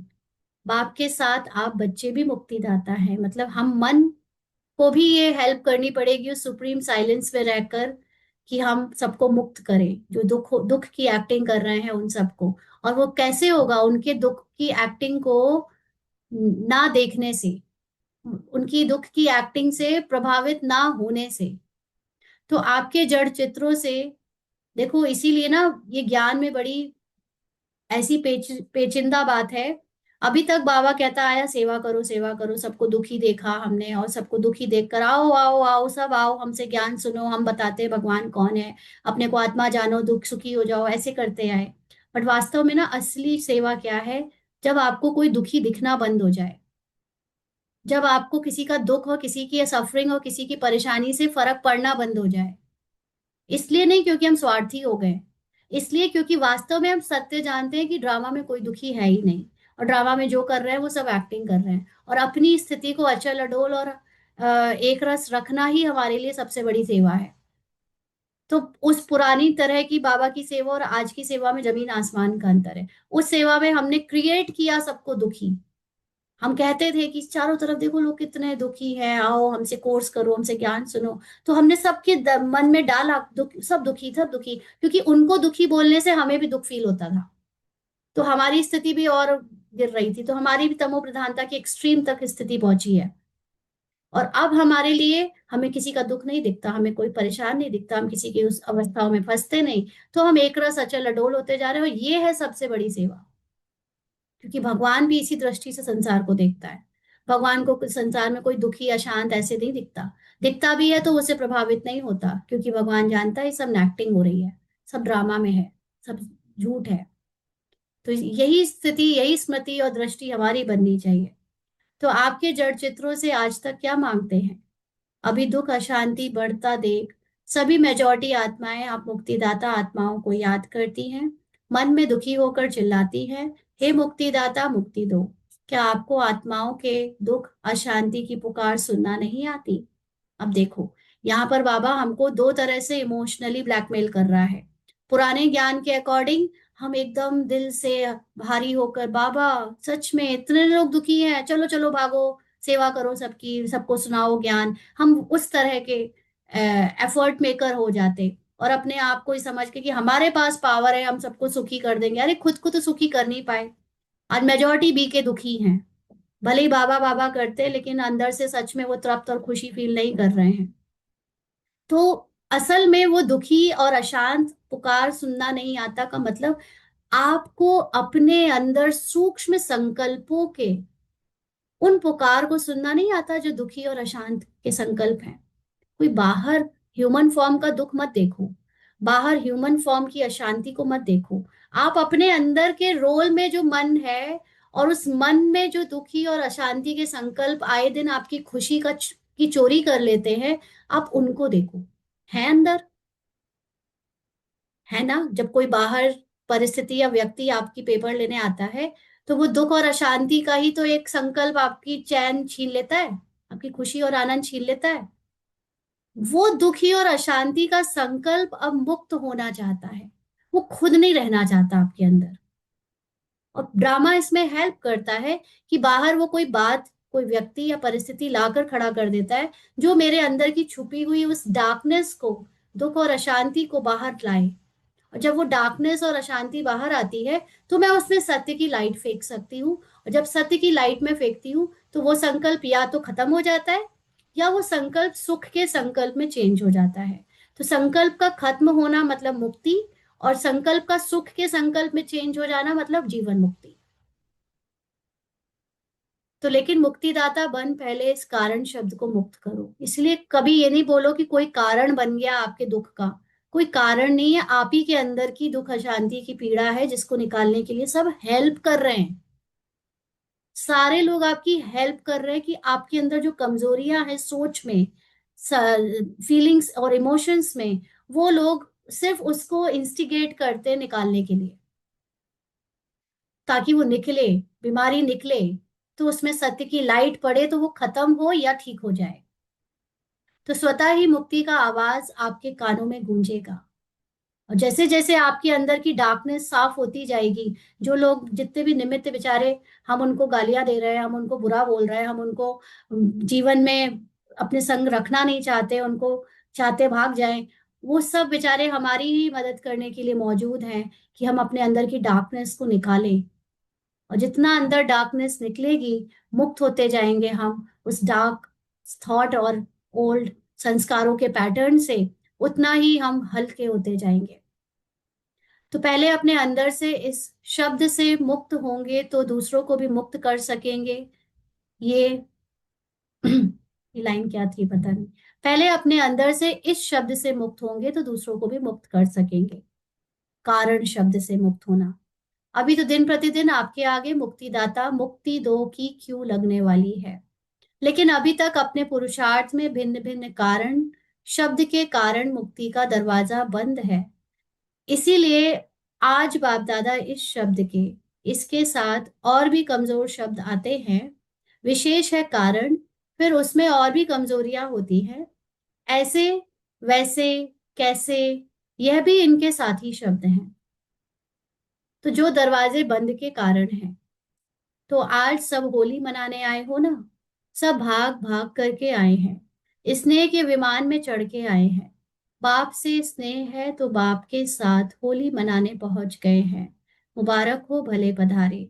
बाप दादा मुबारक देते हैं। बाप दादा देख रहे हैं। कुर्सी पर चलने वाले भी तबीयत थोड़ी नीचे ऊपर होते भी हिम्मत से पहुंच गए हैं। बाप दादा यह दृश्य देखते हैं। यहाँ क्लास में आते हैं ना, प्रोग्राम में आते हैं तो चेयर पर भी चल के पंडे को पकड़कर आ जाते हैं। तो इसको क्या कहा जाएगा? परमात्मा प्यार। बाप दादा भी ऐसे हिम्मतवान दिल के स्नेही बच्चों को बहुत बहुत दिल की दुआएं, दिल का प्यार विशेष दे रहे हैं। हिम्मत रख के आए हैं। बाप की और परिवार की मदद है ही। सभी को स्थान ठीक मिला है, मिला है।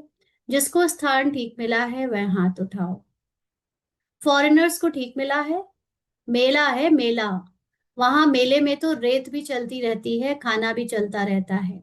आपको ब्रह्मा भोजन अच्छा मिला, मिलता है, अच्छा हाथ हिला रहे हैं। सोने के लिए 3 पैर पृथ्वी मिली। हम्म हमको जैसे रोल में कभी परेशानी होती है ना कि ऐसे क्यों वैसे क्यों, तो इतना ध्यान रखना चाहिए कि हमारे, ये यूट्यूब में लाइव नहीं चल रहा है क्या?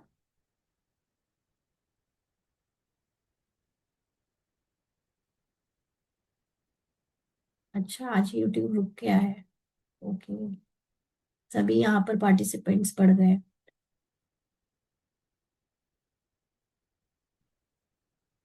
एक सेकेंड।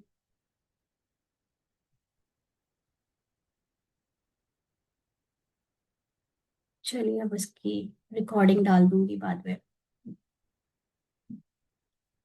अच्छा, 37 मिनट्स पे बंद हो गया था, तभी यहाँ पर आ गए थे। ओके, ठीक है, मैं अब देखूंगी बाद में। तो तो बाबा तो सिर्फ ये कहता है कि 2 रोटी तो तुमको हमेशा मिलेगी, 3 पैर पृथ्वी की सोने के लिए हमेशा मिलेगी। इससे ज्यादा जब रोल को अगर कामना होती है तो इसका मतलब उसका मन उसको जबरदस्ती परेशान कर रहा है। अदरवाइज हर एक व्यक्ति जो इंसानी रूप में अपने को संसार में देखता है, वो इतना पा लेता है तो उसका भी सर्वाइवल बहुत आसानी से हो जाता है। इसके ऊपर तो सब आपको फिर लग्जरी है ना। तो ऐसा मिलन फिर 5,000 वर्ष के बाद संगम पर ही होगा, फिर नहीं होगा। तो आज यानी इस ऐसे ज्ञान के लिए आपको जो अपने सत्य से मिलन हो रहा है, वो फिर और कभी नहीं होगा, ज्ञान नहीं मिलेगा। तो आज बाप दादा को संकल्प है कि सब बच्चों के जमा जमा खाते को देखें। देखा भी है, आगे भी देखेंगे, क्योंकि बाप दादा ने ये पहले ही बच्चों को सूचना दे दी है कि जमा के खाते जमा करने का समय अब संगम युग है। यानी जितना ज्ञान और ज्ञान की समझ को आप इस समय प्रैक्टिकली अपने अंदर एक्सपीरियंस के रूप में धारण कर सकते हो तो कर लो, अभी के सिवा फिर कभी नहीं हो सकता। तो इस संगम युग पर अब जितना जमा करना चाहो, सारे कल्प का खाता अब जमा कर सकते हो। फिर जमा के खाते की बैंक ही बंद हो जाएगी। यानी पढ़ाई बंद हो जाएगी, पढ़ाई की समझ फिर लॉक हो जाएगी। जितनी समझी होगी उसी उतनी समझ से फिर आपका नेक्स्ट रोल शुरू होगा। तो फिर क्या करेंगे? इसीलिए बाप दादा को बच्चों से प्यार है ना। तो बाप दादा जानते हैं कि बच्चे अलबेलेपन में कभी भूल जाते हैं। हो जाएगा, देख लेंगे, कर तो रहे हैं, चल तो रहे हैं ना। बड़े मजे से कहते हैं, आप देख नहीं रहे हो, हम कर रहे हैं। हाँ, चल तो रहे हैं, और क्या करें ना। बाबा के जब हम स्थूल ज्ञान में थे तो ऐसे ही बातें कई बार निकलती थी। अब इतना तो कर रहे हैं, अब पूरे टाइम पढ़ते रहते हैं, पूरे टाइम ज्ञान को सुनाए सुनते रहते हैं, अब और क्या करें, बाकी क्या परिवर्तन तो दिख नहीं रहा, हो नहीं रहा, क्या करें ना। तो बाबा कहते हैं लेकिन चलना और उड़ना कितना फर्क है। चल रहे हो मुबारक है ना। हम लोग यही कहते हैं ज्ञान में कब से चल रहे हैं, तो चल रहे हो मुबारक है। लेकिन अभी चलने का समय समाप्त हो रहा है, अभी उड़ने का समय है। यानी ये ज्ञान में अब चलना नहीं है, अब ज्ञान में अब उड़ना है। उड़ना मतलब निश्चिंत बेफिक्र रहो, ड्रामा को समझकर, अपने को संपूर्ण आत्मा समझकर अब रोल से बेफिक्र हो जाओ, तथा तभी मंजिल पर पहुंच सकेंगे, तभी उड़ सकेंगे। साधारण प्रजा में आना यानी एक एक पुरुषार्थ पे एक एक पत्ता, एक एक संकल्प संस्कारों पर काम करना, ये साधारण प्रजा में आना है। भगवान का बच्चा और साधारण प्रजा मतलब आज संसार में 800 बिलियन लोगों में जो एकदम साधारण कॉमन लोग हैं वो वो बने बाबा कभी शोभेगा। इट्स हम कहते हैं भगवान के बच्चे हैं, और भगवान के बच्चे सबसे गरीब, सबसे इम्परफेक्ट, भगवान के बच्चे इन जनरल लोगों की तरह नहीं। भले ही अभी गुप्त रूप में दिख रहे होंगे, but there there will be a time, there should be a time जहां पर भगवान के बच्चे ही चमके, जहां पर भगवान के बच्चे नॉट ओनली विद द ज्ञान बट ज्ञान की प्रैक्टिकल एप्लीकेशन से चमके। अभी तक बाबा का ज्ञान हम सबको सुना सुना कर ब्रह्मा कुमारी को फेमस किया, जिसमें किसी आधो को ज्ञान समझ आया नहीं, किसी को आया तो बस ऐसे आया कि हाँ आप लोग नशा मुक्ति करवाते हो, आप लोग ब्लड डोनेशन करवाते हो, आप लोग अच्छी टोली खिलाते हो, आप लोग अच्छा ब्रह्मा भोजन कराते हो, आप लोग का सोलर प्लांट बहुत बड़ा है, आपका किचन बहुत अच्छा है, आपकी ये सेवा बहुत अच्छी है, आपके यहाँ प्राइम मिनिस्टर आ गए। अभी ऐसी ऐसी बातों में लेकर ब्रह्मा कुमारी को किया जा रहा है।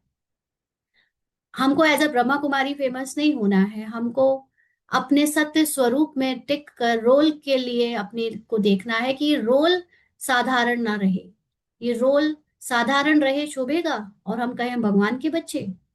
तो ये रोल अभी साधारण है क्योंकि पढ़ रहे हैं, अभी समझ रहे हैं, लेकिन जब ये समझ नेचुरल हो जाएगी तब आप साधारण नहीं रहोगे। जैसे एलन मस्क आज जो काम कर रहा है वो कोई साधारण इंसान कर नहीं सकता। उसके द्वारा जो ड्रामा करवा रहा है वो उसको, उसकी बुद्धि को इतना ऊंचा बनाया हुआ है। तो जब आपकी बुद्धि इतनी ऊंची हो जाएगी तो कोई साधारण काम करते हुए थोड़ी जिंदगी बीत जाएगी, आपके आपके रोल से भी बड़े बड़े काम कराए जाएंगे। तब लोग मानेंगे कि हाँ इनको भगवान ने पढ़ाया।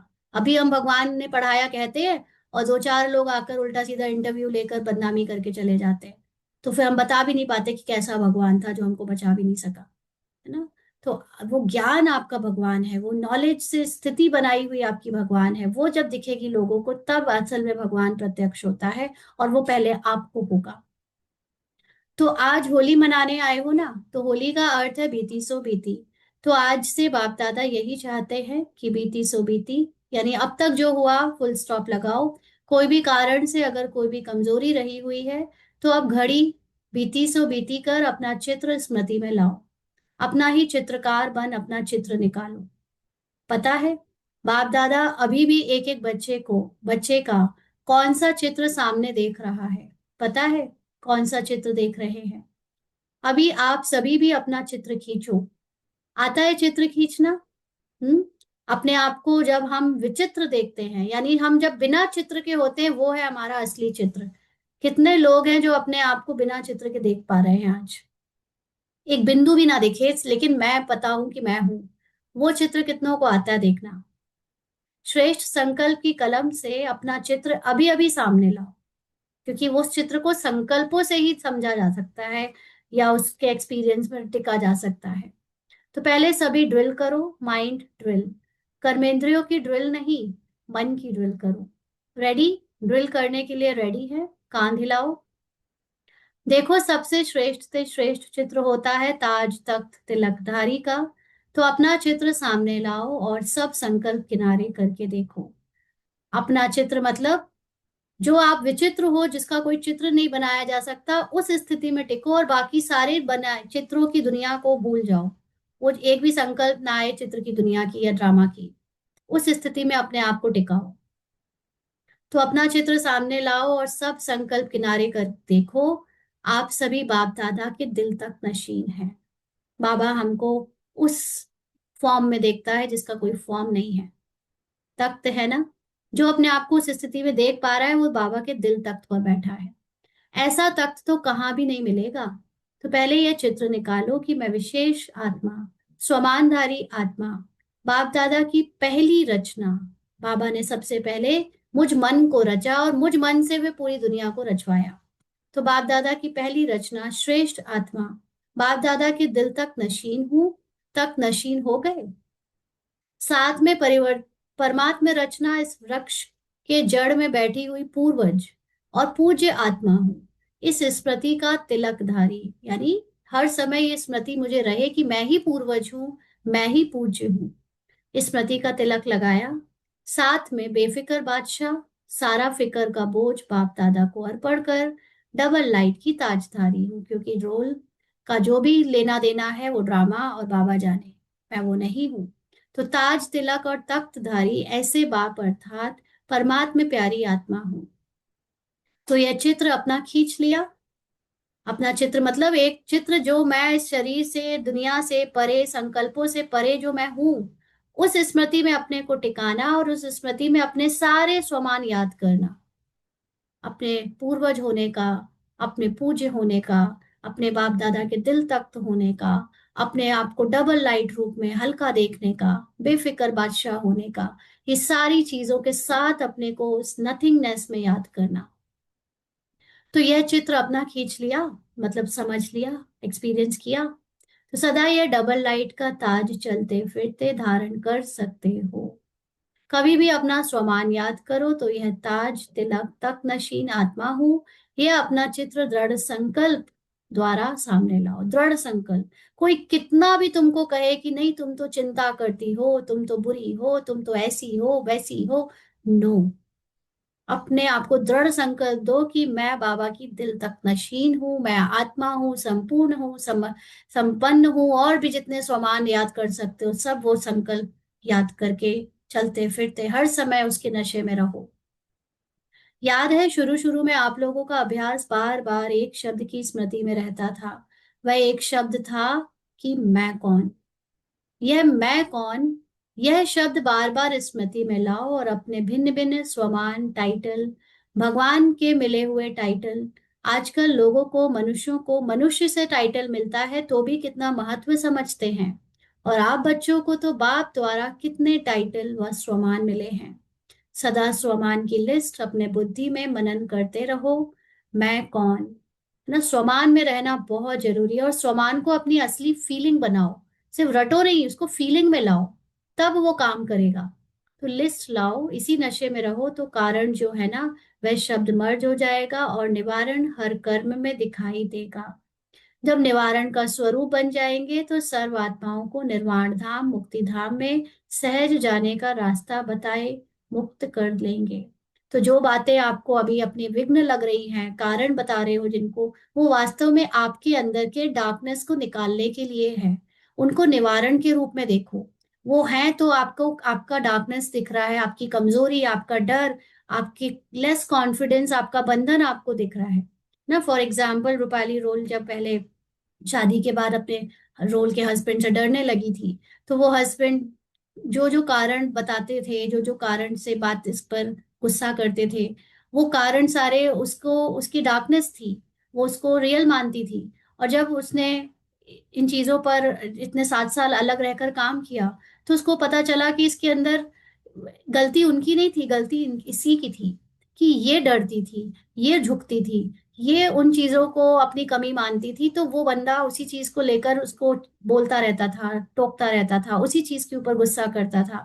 और जब उसने, रूपाली रोल ने अपने उस उन चीजों की कमियों को खत्म किया मानना, उस पर शर्म करना, उस पर, उन चीजों पर अपने को कमजोर समझना, तो उस बंदे का काम खत्म हो गया। वो बंदा रोल में इसीलिए आया था कि उसको रूपाली रोल के अंदर का डार्कनेस दिखाना है। तो वो डार्कनेस जब दिखाता था तो वो उसके लिए एक तरह से विलन बन गया। लेकिन वो विलन ही तो इसके अंदर की हीरोइक एक्टिविटी को निकालने में मदद किया। तो आज जब वो डार्कनेस निकल गई तो पता चला कि वो एक्चुअली सपोर्ट ही कर रहा था उस तरह का विरोध करके। तो आज जो अपना कॉन्फिडेंस देख पाते हैं, आज जब जो मैं हूँ, जो मैं पहले नहीं थी, वो उसके आए बिना शायद नहीं होती कभी।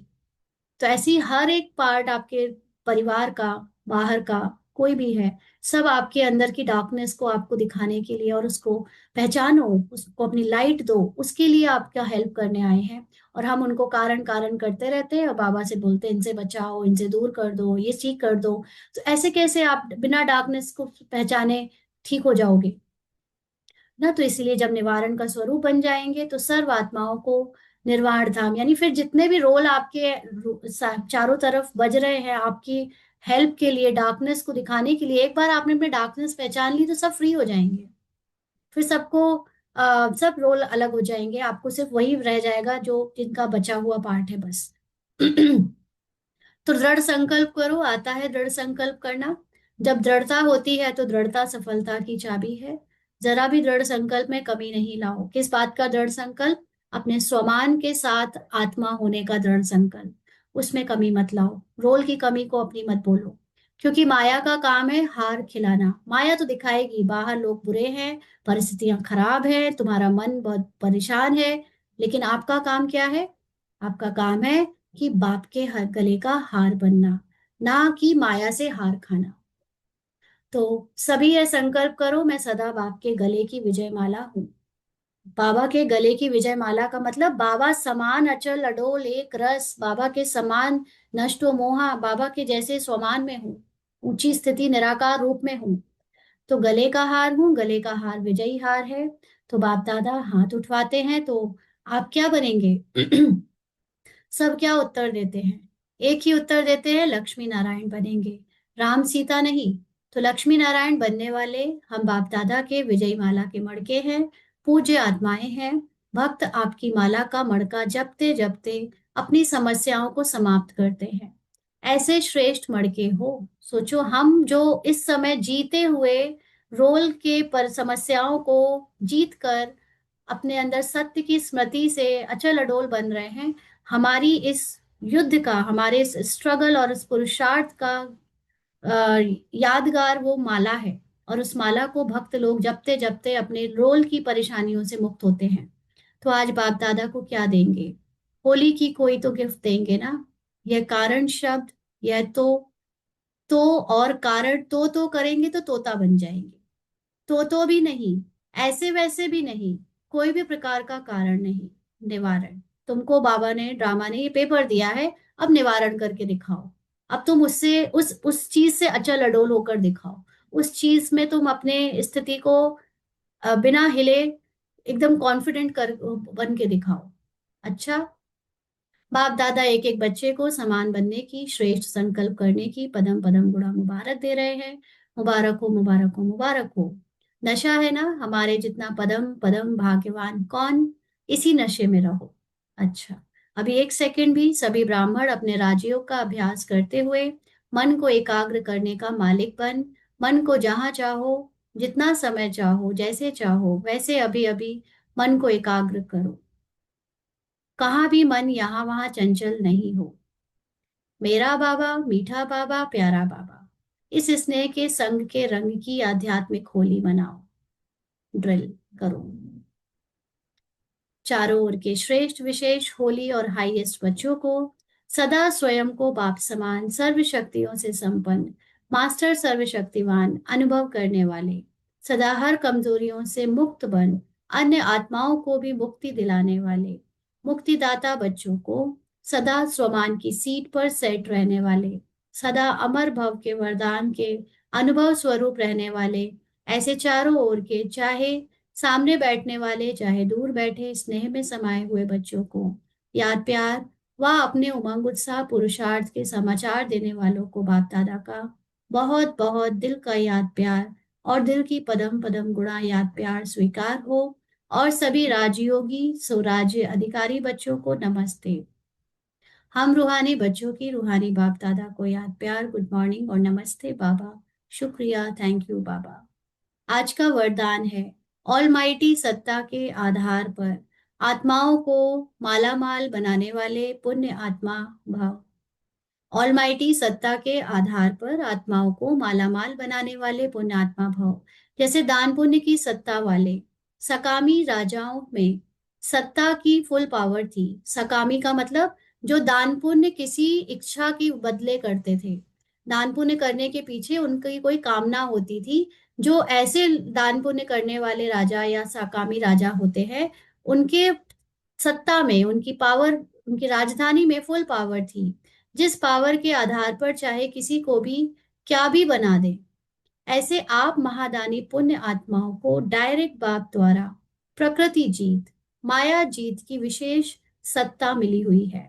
तो बाबा ने जो हमें ज्ञान से हमारा सत्य स्वरूप बताया हुआ है, उस सत्य स्वरूप में जब खुद को देखते हैं तो वो महादानी पुण्य आत्मा बन जाते हैं हम। और उस स्वरूप से हमारी जो भी रोल में चल रहा है उसमें प्रकृति और माया भी हमें सेवा देती है, अपनी सर्व करती है। एक्चुअली माया हमारी ओपोनेंट नहीं है, maya is our actually helper. प्रकृति हमारी ओपोनेंट नहीं है, prakriti is actually helping us to realise our truth. ये दोनों चीजें हमें हमारा सत्य रियलाइज करने के लिए ही हमारी सहयोगी बनी हुई है। तो ये आपकी विशेष सत्ता आपको मिली हुई है। आप अपने शुद्ध संकल्प के आधार से, यानी आप प्रकृति को भी अपनी शुद्धता से देखो, माया को भी उसकी शुद्धता में देखो। तो किसी भी आत्मा का संबंध से बाप से, किसी भी आत्मा का बाप से संबंध जोड़कर आप उन्हें मालामाल बना सकते हो। तो बाबा से संबंध जुड़वाने के लिए हमें उनको ज्ञान का कोर्स कराने की बात नहीं है, लेकिन हर एक आत्मा को बाबा के जैसा देखते हुए, संपूर्ण में रूप में देखते हुए, उनके निराकारी रूप में देखना ही उनको बाबा के साथ संबंध जोड़ना है। और जैसे हम उनको उनके संपूर्ण रूप में बाबा के साथ संबंध में देखते हैं, तो वो आत्मा मालामाल हो जाती है। सिर्फ इस सत्ता को यथार्थ रीति यूज करो। तो ये पावर हमारे पास है। जैसे दुनिया के राजा भिखारी रंग को राजा बना सकते थे, फिजिकल रोल वालों को, और यहाँ पर हमारे पास औरों को उनके सत्य में देखने से हम उनको बाबा के साथ जोड़कर मालामाल बनाने की शक्ति रखते हैं। लेकिन हम उसमें प्रकृति को जब हम उनकी शुद्धता में देखते हैं, माया को भी शुद्धता से देखते हैं, तभी वो माया और प्रकृति उसको हेल्प करती है कि वो मालामाल हो जाए। बहुत गहरी बातें हैं, इसमें सोचना, अभी थोड़ा एक्सप्लेन करने में, इसमें डिटेल में जाने में टाइम लग जाएगा, लेकिन यही एक इतना समझ लेना, अगर हम बहुत बड़ी प्रैक्टिस हो जाए। स्लोगन है, जब आप संपूर्णता की बधाइयां मनाएंगे तब समय प्रकृति और माया विदाई लेगी। यानी मूल रूप में हमारे अंदर संपूर्णता की स्मृति पक्की हो जाएगी, आत्मिक रूप की स्मृति पक्की जब हो जाएगी, तब ये जो टाइम का हमें आज बार बार चिंता करनी पड़ती है, इस टाइम पर उस टाइम पर प्रकृति की चिंता करनी पड़ती है, कभी बॉडी साथ नहीं दे रही, कभी गर्मी सर्दी परेशान कर रही है, या कभी कोई मन के छोटे कमजोरी के संकल्प माया के रूप में आते रहते हैं, सब विदाई ले लेंगे, सब कुछ आपके फेवर में हो जाएगा। आज के अव्यक्त इशारे हैं, जब मन बुद्धि कर्म में बहुत बिजी हो, उस समय डायरेक्शन दो, फुल स्टॉप। कर्म के भी संकल्प स्टॉप हो जाए, यह प्रैक्टिस 1 सेकंड के लिए भी करो, लेकिन अभ्यास करते जाओ, क्योंकि अंतिम सर्टिफिकेट 1 सेकंड के फुल स्टॉप लगाने पर ही मिलना है। यानी कितना भी रोल किसी भी चीज में बिजी हो, बट आप रोल से 1 सेकंड में अलग हो जाओ। टीवी में देखते देखते अपने रोल को, टीवी से 1 सेकंड में आप बाहर ऑडियंस की सीट पर बैठ जाओ। दैट इज फुल स्टॉप लगाना और 1 सेकंड में पास होना। तो सेकंड में विस्तार को संभालो, सार स्वरूप बन जाओ। ये पूरा ड्रामा का जो विस्तार है वो सब आपके अंदर है, और उसको अपने अंदर समेटकर एक बिंदु में, एक एक उस पॉइंट में टिक जाओ जो तुम हो, एक निराकार विचित्र रूप में। यही अभ्यास कर्मातीत बनाएगा। अच्छा, ओम शांति। हाँ जी, आज की मुरली के पॉइंट सुनाएंगे।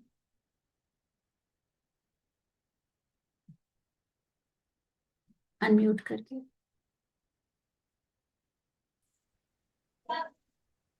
ओम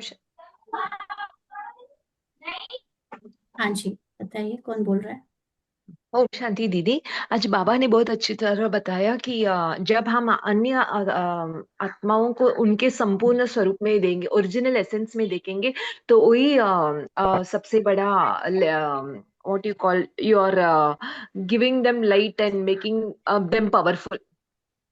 उनको उनकी आत्मिक स्थिति में, जब हम सभी को आत्मिक स्थिति में देखेंगे, तो वही सबसे बड़ा सर्विस है। कोर्स देने से भी ज्यादा।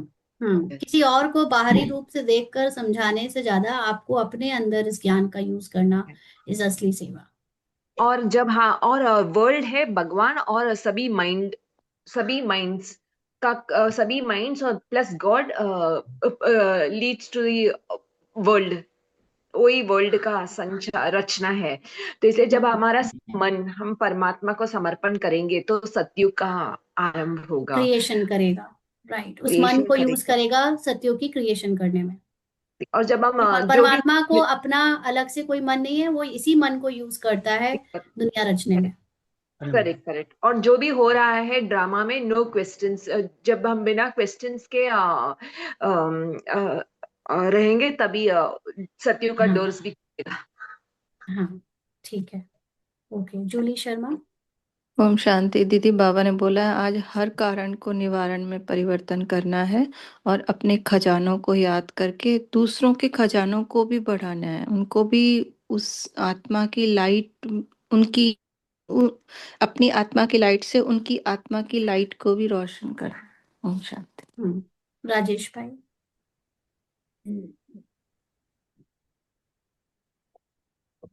बीरज सिस्टर। ओम शांति दीदी। दीदी इस सूक्ष्म ज्ञान से इतना फायदा हुआ है कि अब वैसे आज मैंने पूरी नहीं सुनी, अभी मैं मधुबन में आई हुई हूँ। तो पहले की स्थिति से मतलब मैं बता नहीं सकती कितनी ऊंची स्थिति है इस समय। चाहे भले ही के संगठन में है, इसमें है, तो लेकिन फिर भी बहुत अच्छा। बस यही समझ में आया कि मैं कौन, अपने सम्मान के साथ अपने जो हमारा रियल मी है उसको याद रखना। ये सबसे बड़ी मतलब कला इस समय महसूस हुई है ये सूक्ष्म ज्ञान से। सब कुछ देखते हुए भी बस मैं और कोई नहीं, सब मेरे मन के संकल्प है। किसी से कोई ना राग ना द्वेष, इतनी क्लियरिटी आती। ठीक है। राजेश भाई। ओम शांति दीदी।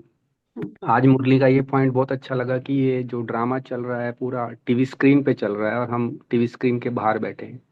कल भी जब ये रोल रात को मुरली पढ़ रहा था, तो ये बिल्कुल समझ में आ गया था कि ऐसा ही है। लेकिन दीदी एक ऐसा है क्वेश्चन कि इसका अनुभव कैसे बढ़ाया जाए। जब भी अनुभव आप के। कुछ करने की कोशिश करते हो तो वो और नहीं होता है। अच्छा। ये कुछ मेहनत वाली चीज नहीं है, चीजें अपने आप होती हैं। ओके। आप किसी चीज के पीछे पड़े हुए हो तो जो चीज हो सकती है वो भी नहीं हो पाएगी। पूरा समर्पण कर दो पुरुषार्थ को। जितना ओके। जो समझ में आता चल रहा है आप बस समझते चलो, और किसी पर्टिकुलर चीज के पीछे मत पड़ जाओ कि मुझे, क्योंकि आत्मा होने का कोई ऐसा एक्सपीरियंस कोई पर्टिकुलर होता नहीं है। ये तो हम लोगों को कभी ड्रामा ने कुछ कुछ करवाया दिया है, तो वो हम उसकी वजह से बस उसी याद की वजह से, उस छोटी सी ग्लिम्स की वजह से पुरुषार्थ को आगे करते जा रहे हैं। बाकी आत्मा होना तो वैसे भी सारे अनुभवों से भी परे जाने का बात है। तो ओके। उसके पीछे नहीं पड़ जाओ कि किसी ने कोई बात बताई कि कोई एक्सपीरियंस होता है तो आप उसको, आपको भी वही एक्सपीरियंस चाहिए। आप समर्पण करते जाओ, आप सिर्फ अपनी समझ को बढ़ाते जाओ, और समझ से ही सारा खेल है।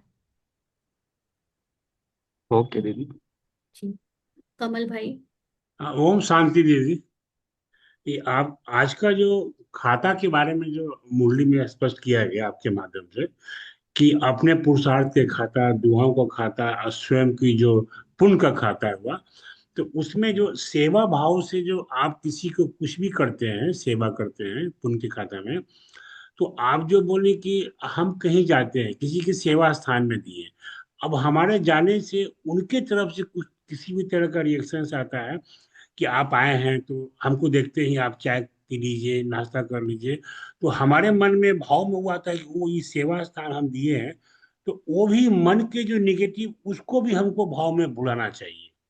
वो हमको स्मृति आ जाती है भाव के मामले में, ये भाव भी नहीं रखना है हमको, उसको भी हम क्योंकि जब आपको। ये भाव भी नहीं रखना है कि बात ही नहीं है। अगर हम्म, आपको कहीं जाने पर ये सब याद आ रहा है कि कोई आपको खिलाएगा, पूछेगा, हाँ, दैट मीन्स आप अपने आत्मिक स्वरूप में ही नहीं हो। आपको ड्रामा ने नहीं नहीं, कहीं भेजा तो बस भेज दिया, आपको बस पता है कि पता नहीं क्यों भेजा है, मैं यहाँ आया हूँ, बस इतना ही होना चाहिए। मतलब इतना ही होता है। और अगर आपको इसके अलावा कुछ और याद आ रहा है कि मुझे वो देखकर खुश होंगे या मुझे देखकर वो अपना कुछ बताएंगे या सॉल्यूशन पाएंगे, तो दैट मीन्स आप अभी स्वयं में टिके नहीं। एक्चुअली हम किसी की सेवा करने कभी नहीं जाते। हम खुद की सेवा कर रहे होते हैं उस समय, कि हम उस चीज से डिटैच है कि नहीं, जो एक्शन हो रहा है रोल के द्वारा, जो रोल कर रहा है, जो जहां जा रहा है, उससे हम डिटैच हैं कि नहीं।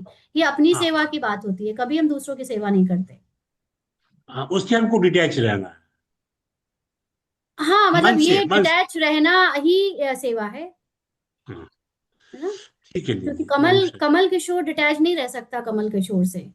मूल आत्मा डिटैच होती है कमल किशोर से। जी जी, ठीक है बेबी दीदी, ओम शांति। जी। हाँ जी, बेबी भाई आपको बताना है। ओम श्रद्धा शांति दीदी। दीदी। ओम शांति। आ, या हाँ या बोलिए दीदी, भाई आप। आज इस रोल को समझ में आया कि जो जो कारण शब्द है यानी जो माया मन है ना, ये समझ के खजाने द्वारा यही गोपियों के रास तक पहुंचाएगा। इवन आप देखोगे कि महाभारत में कुंती ने ना श्री कृष्ण ने वरदान मांगा था कि हमेशा मैं दुखों में रहूं, और उसका कारण ये आज समझ में आया कि मैं अपने धर्म में हमेशा टिकी रहूं। ये दुखों का जो कारण है यानी आपको जो डार्कनेस है यानी जो श्याम का जो रोल है, यही आपको अतीन्द्रिय सुख तक पहुंचाएगा, आत्मा होने का एहसास करवा पाएगा। Om Shanti, thank you. श्रद्धा दीदी। ओम शांति। अभी भाई ने ऐसे ही मिलता जुलता पॉइंट बोल दिया जो हमें बोलना था। तो वो ये है कि हमारे अंदर जब कोई भी मतलब कोई भी ऐसा पर्सन आ जाता है जो हमारी बुराई करता है, जो विलेन होता है जो, तो वो उसको ये समझो कि ये हमारे अंदर की कमी को बाहर करने आया है। उससे नफरत नहीं करो, उसे समझो और उसको ये और उसकी अपनी कमियां निकालने के जो जान ये समझो कि वो हमारी अंदर की कमियां निकालने के लिए आया है, तो उसे आपको सहयोग दो। पहचान दिला रहा है वो, कि आपके अंदर अभी किस बात से बुरा लगता है, किस बात से हर्ट होता है, किस बात से आपको अभी फर्क पड़ता है, तो वो आपकी डार्कनेस को आपको दिखाने आया है। वो उसको मतलब उससे नफरत नहीं करो, उसको सहयोग दो ताकि हमारे अंदर की कमियां हमको पता चल जाए। अब उस समय उसके साथ हम नफरत करें या सहयोग दें, ये तो ड्रामा जाने। लेकिन ये समझे कि वो जो कुछ भी कर रहा है, उससे मुझे जो अपने अंदर फील हो रहा है या दिख रहा है, वो मेरा सत्य नहीं है। उसके साथ रोल अच्छे से बर्ताव करेगा या नहीं करेगा, इसकी चिंता क्यों करें हम। तो इसके लिए सहन कई शक्ति बार भी कोई बहुत बड़ी। सामने आता है और उससे आपका रोल बुरा बर्ताव करता है या अच्छे से नहीं बिहेव करता, तो वो तो रोल के साथ हो गया। लेकिन रोल के पीछे जो पुरुषार्थ करने वाला मन है, जो आत्मा मूल रूप से सत्य को देख पा रही है, वो ये देख पा रही है कि उस रोल के आने के बाद से मेरे अंदर ये बेचैनी आई या इरिटेशन आया या गुस्सा आया, तो वो मैं देख पाई, बस मुझे उससे मतलब है। बाकी रोल ने हो सकता है कि उसके उस रोल को चिल्ला दिया हो, जवाब दे दिया हो, बदतमीजी कर दी हो, कुछ भी कर दिया हो, बट उसकी चिंता नहीं करनी है मुझे। जी। ठीक है जी। विधि सिस्टर। ओम शांति दी। आज बाबा ने कहा हर एक को संपूर्ण संपन्न देखना ही हर एक का बाबा के साथ संबंध जोड़ना है, और यही कंप्लीटनेस देखना, हर किसी की कंप्लीटनेस को देखना ही माला माल कर देता है। और बाबा ने कहा वार जो रोल प्ले हो रहा है वो मेरी खुद की चेकिंग के लिए हो रहा है कि हिला दे कहाँ इसको। कहाँ ईगो की लेयर्स हैं। और बाबा ने कहा कि डार्कनेस है रोल की कमी कमजोरी मतलब बीमारी, और सामने वाला रोल है ब्लेसिंग, दवा, दवा की तरह काम करता है कि मतलब उस बीमारी को निकालने में हेल्प करता है। और बाबा ने नहीं, कहा कि सामने वाला रोल कोई दवा नहीं है। सामने वाला रोल केवल वो, जैसे जब कांटा लग जाता है ना शरीर में, तो आप सेफ्टी पिन यूज करते हो उसको निकालने के लिए, तो वो सेफ्टी पिन भी गुच्छता तो है ही। तो वो सामने वाला बस वो सेफ्टी पिन है, दवा नहीं है सामने वाला। दवा है आपकी आत्मा की स्मृति। आप आत्मा मूल रूप से संपूर्ण हो, ये स्मृति दवा है। सामने वाले को दवा मत समझो। वो सिर्फ आपकी वो कांटे को निकालने में, जो अंदर छुपी हुई डार्कनेस है उसको दिखाने में, सरफेस में लाने में, आप आपके सामने उसको दिखाने में कि ये आपके अंदर देखो अभी भी मौजूद है, उसके लिए केवल निमित्त है। ओके।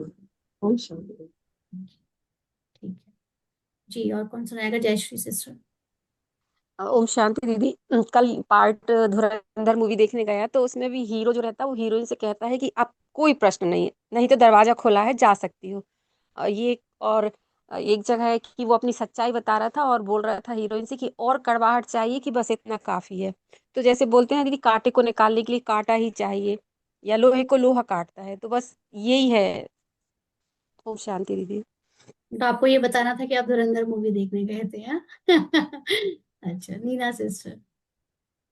ओम शांति दीदी। जैसे बाबा कहते थे ना कि आपको भक्तों की पुकार नहीं सुनाई देती, आपको बाहर अपने बहन भाइयों की चिपकार सुनाई नहीं देती, तो हम बाहर को जाते थे।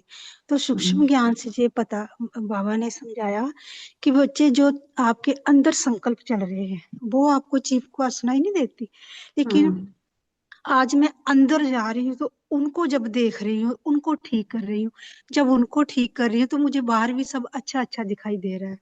और जो भी परिस्थिति आ रही है, और अब उससे इतने टूटते नहीं है, अपने आप को बाहर निकाल लेते हैं इस ज्ञान की समझ से। तो एक दिन बाबा ने कोई सीन दिखाया कि एक डॉग खड़ा था। तो जैसे तो ना हमारे चारों तरफ जो जानवर घूमते हैं, हमें पता चलता है कि ये इधर के ही है, तो वो बाहर का डॉग था। तो जैसे ही 4-5 डॉग ने उसको देखा तो इतनी फुल फोर्स के साथ वो आए जैसे इसको अभी ही चीर फाड़ देंगे। तो मैं साक्षी होकर देखने लगी कि अब देखती हूँ ये क्या करता है। तो मैंने ऐसे सोचा कि चलो अगर कुछ होगा तो मैं इनको छुड़ा दूंगी। इतनी फुल फोर्स से आए, वो डॉग हिला नहीं अपनी जगह से, वो वैसे ही खड़ा रहा। तो जैसे वो नजदीक आए तो वो भी उसके पास आकर शांत हो गए, वो शांति से खड़ा रहा, बस उनको देखता रहा। जैसे वो शांत हो गए तो जैसे उसको बोल रहे हो कि हमसे दोस्ती करोगे। तो मैंने मैंने बड़ा ऐसे मन में हुआ कि देखो ये डॉग भी हमको कोई शिक्षा दे गए कि वो परिस्थिति आई, जैसे परिस्थिति आई और वो शांति से खड़ा रहा। वो परिस्थिति पास आते कुछ भी नहीं है, सब कुछ ठीक ठाक है। राइट। तो बहुत जब वही अच्छा बाबा लगा। ने बोला ना, जब आप अचल अडोल रहते हो तो प्रकृति और माया दोनों आपकी सहयोगी बन जाती है। हाँ जी, हाँ जी, माया भी आपके विरोध में थी, वही। हाँ जी। ओम शांति। ठीक है जी। ठीक है भाई, लास्ट में बोले जी। जूम यूजर में अपना नाम लिख दिया करें प्लीज। ओके। ओम शांति दीदी।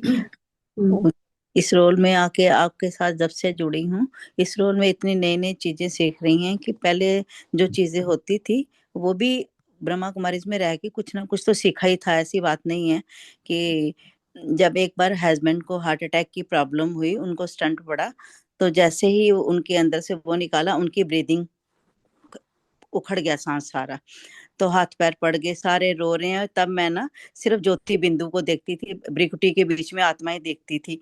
तो उन्होंने कभी विघन नहीं डाला मुझे मुरली सुनने में या कुछ है। तो मैंने ना सांस उखड़ गया और सारा ऊपर नीचे हो रहा है, और लोग जो आसपास के रो रहे हैं रिश्तेदार, तो ये क्या हो गया। तो मैंने बोला बाबा ये कैसे हो सकता है, ये इंसान ने तो मतलब इस आत्मा ने तो मुझे कभी विघन नहीं दिए, मुझे बताओ क्या करना है इसका। और मुझे कोई रोना धोना दूर दूर तक नहीं पता। और उनको बोल रही हूँ कि भ्रिकुटी के बीच में देखो, लाइट देखो। मुझे था कि जब प्राण निकल भी जाएंगे, कम से कम इस आत्मा को अच्छा आगे यात्रा हो, आत्मिक स्थिति में जाए। मैंने बोला लाइट को देखो, लाइट को देखो, देख रहे हो ना। तो हाँ जी बोलते रहे। तो मैंने कहा बाबा हेल्प कर दो प्लीज, इस बहुत अच्छा ये आत्मा है, इसको मुझे बताओ क्या करना है। और बाई चांस उनके मुंह से निकल आया एक वर्ड, मैं अस्थमैटिक हूँ। जबकि है नहीं है, कभी कभी हो जाता है। और जैसे अस्थमेटिक का वो बात आई, डॉक्टर्स इकट्ठे हो गए तो उन्होंने बोला 30% चांसेस होते हैं, कई बार ऐसी प्रॉब्लम होती है, कुछ नहीं है। मैंने बोला नहीं, मैं तो ये रिस्क नहीं लूंगी। मैंने वहां से पूरा मास्क उतारा और पूरा एकदम जैसे कोई आत्मा अंदर आ जाती है ना, बाबा ने अंदर आके, वो मैंने बोला ये मशीन ऑन करो फटाफट ऑक्सीजन की। तो डॉक्टर को नहीं नहीं जरूरत नहीं है। मैं कहा डॉक्टर साहब प्लीज आप ऑक्सीजन ऑन करो, मुझे कुछ नहीं सुनना, प्लीज आप कर दो। जैसे ऑक्सीजन उनकी, मैंने उनके ऐसे सिर पे उस आत्मा को हाथ से लगाया। मैंने कहा अभी ठीक हो जाएगा, 5 मिनट लगेंगे, 2 मिनट में ठीक हो जाएगा, कोई बात नहीं, अभी ठीक होता है, अभी ठीक होता है। तो सभी रो रहे हैं, इतना कुछ कर रहे हैं, और मेरे अंदर आंसू क्या, दूर दूर तक कहीं कुछ है ही नहीं, बिल्कुल। तो इस रोल को मुझे अभी याद आ रहा है, अब आपसे जब मैंने ज्ञान लिया है कि उस रोल में ऑलरेडी फीड था ये चीज, मैंने कुछ नहीं किया। तो बाद में वो घर वाले बोल रहे हैं कि यार ये बहुत बोल्ड है देखा जाए तो मतलब कि देखो जरा भी रोई नहीं, कुछ नहीं हिली नहीं, हस्बैंड को इतना कुछ हो रहा हॉस्पिटल में।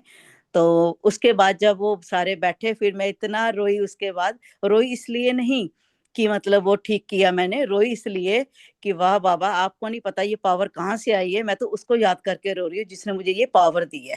तो मैं उतनी खुश हुई उस समय, इतना रोई। कहती अब क्यों रो रही है, उस समय नहीं रोई। मैं क्या आपको नहीं ना पता कि ये क्या हुआ है, बट आज आपके सूक्ष्म ज्ञान से मुझे समझ आई है कि करने वाला कोई कुछ नहीं है, ये रोल अपने आप ही कराता है। इस चीज को लेके ये पता चला।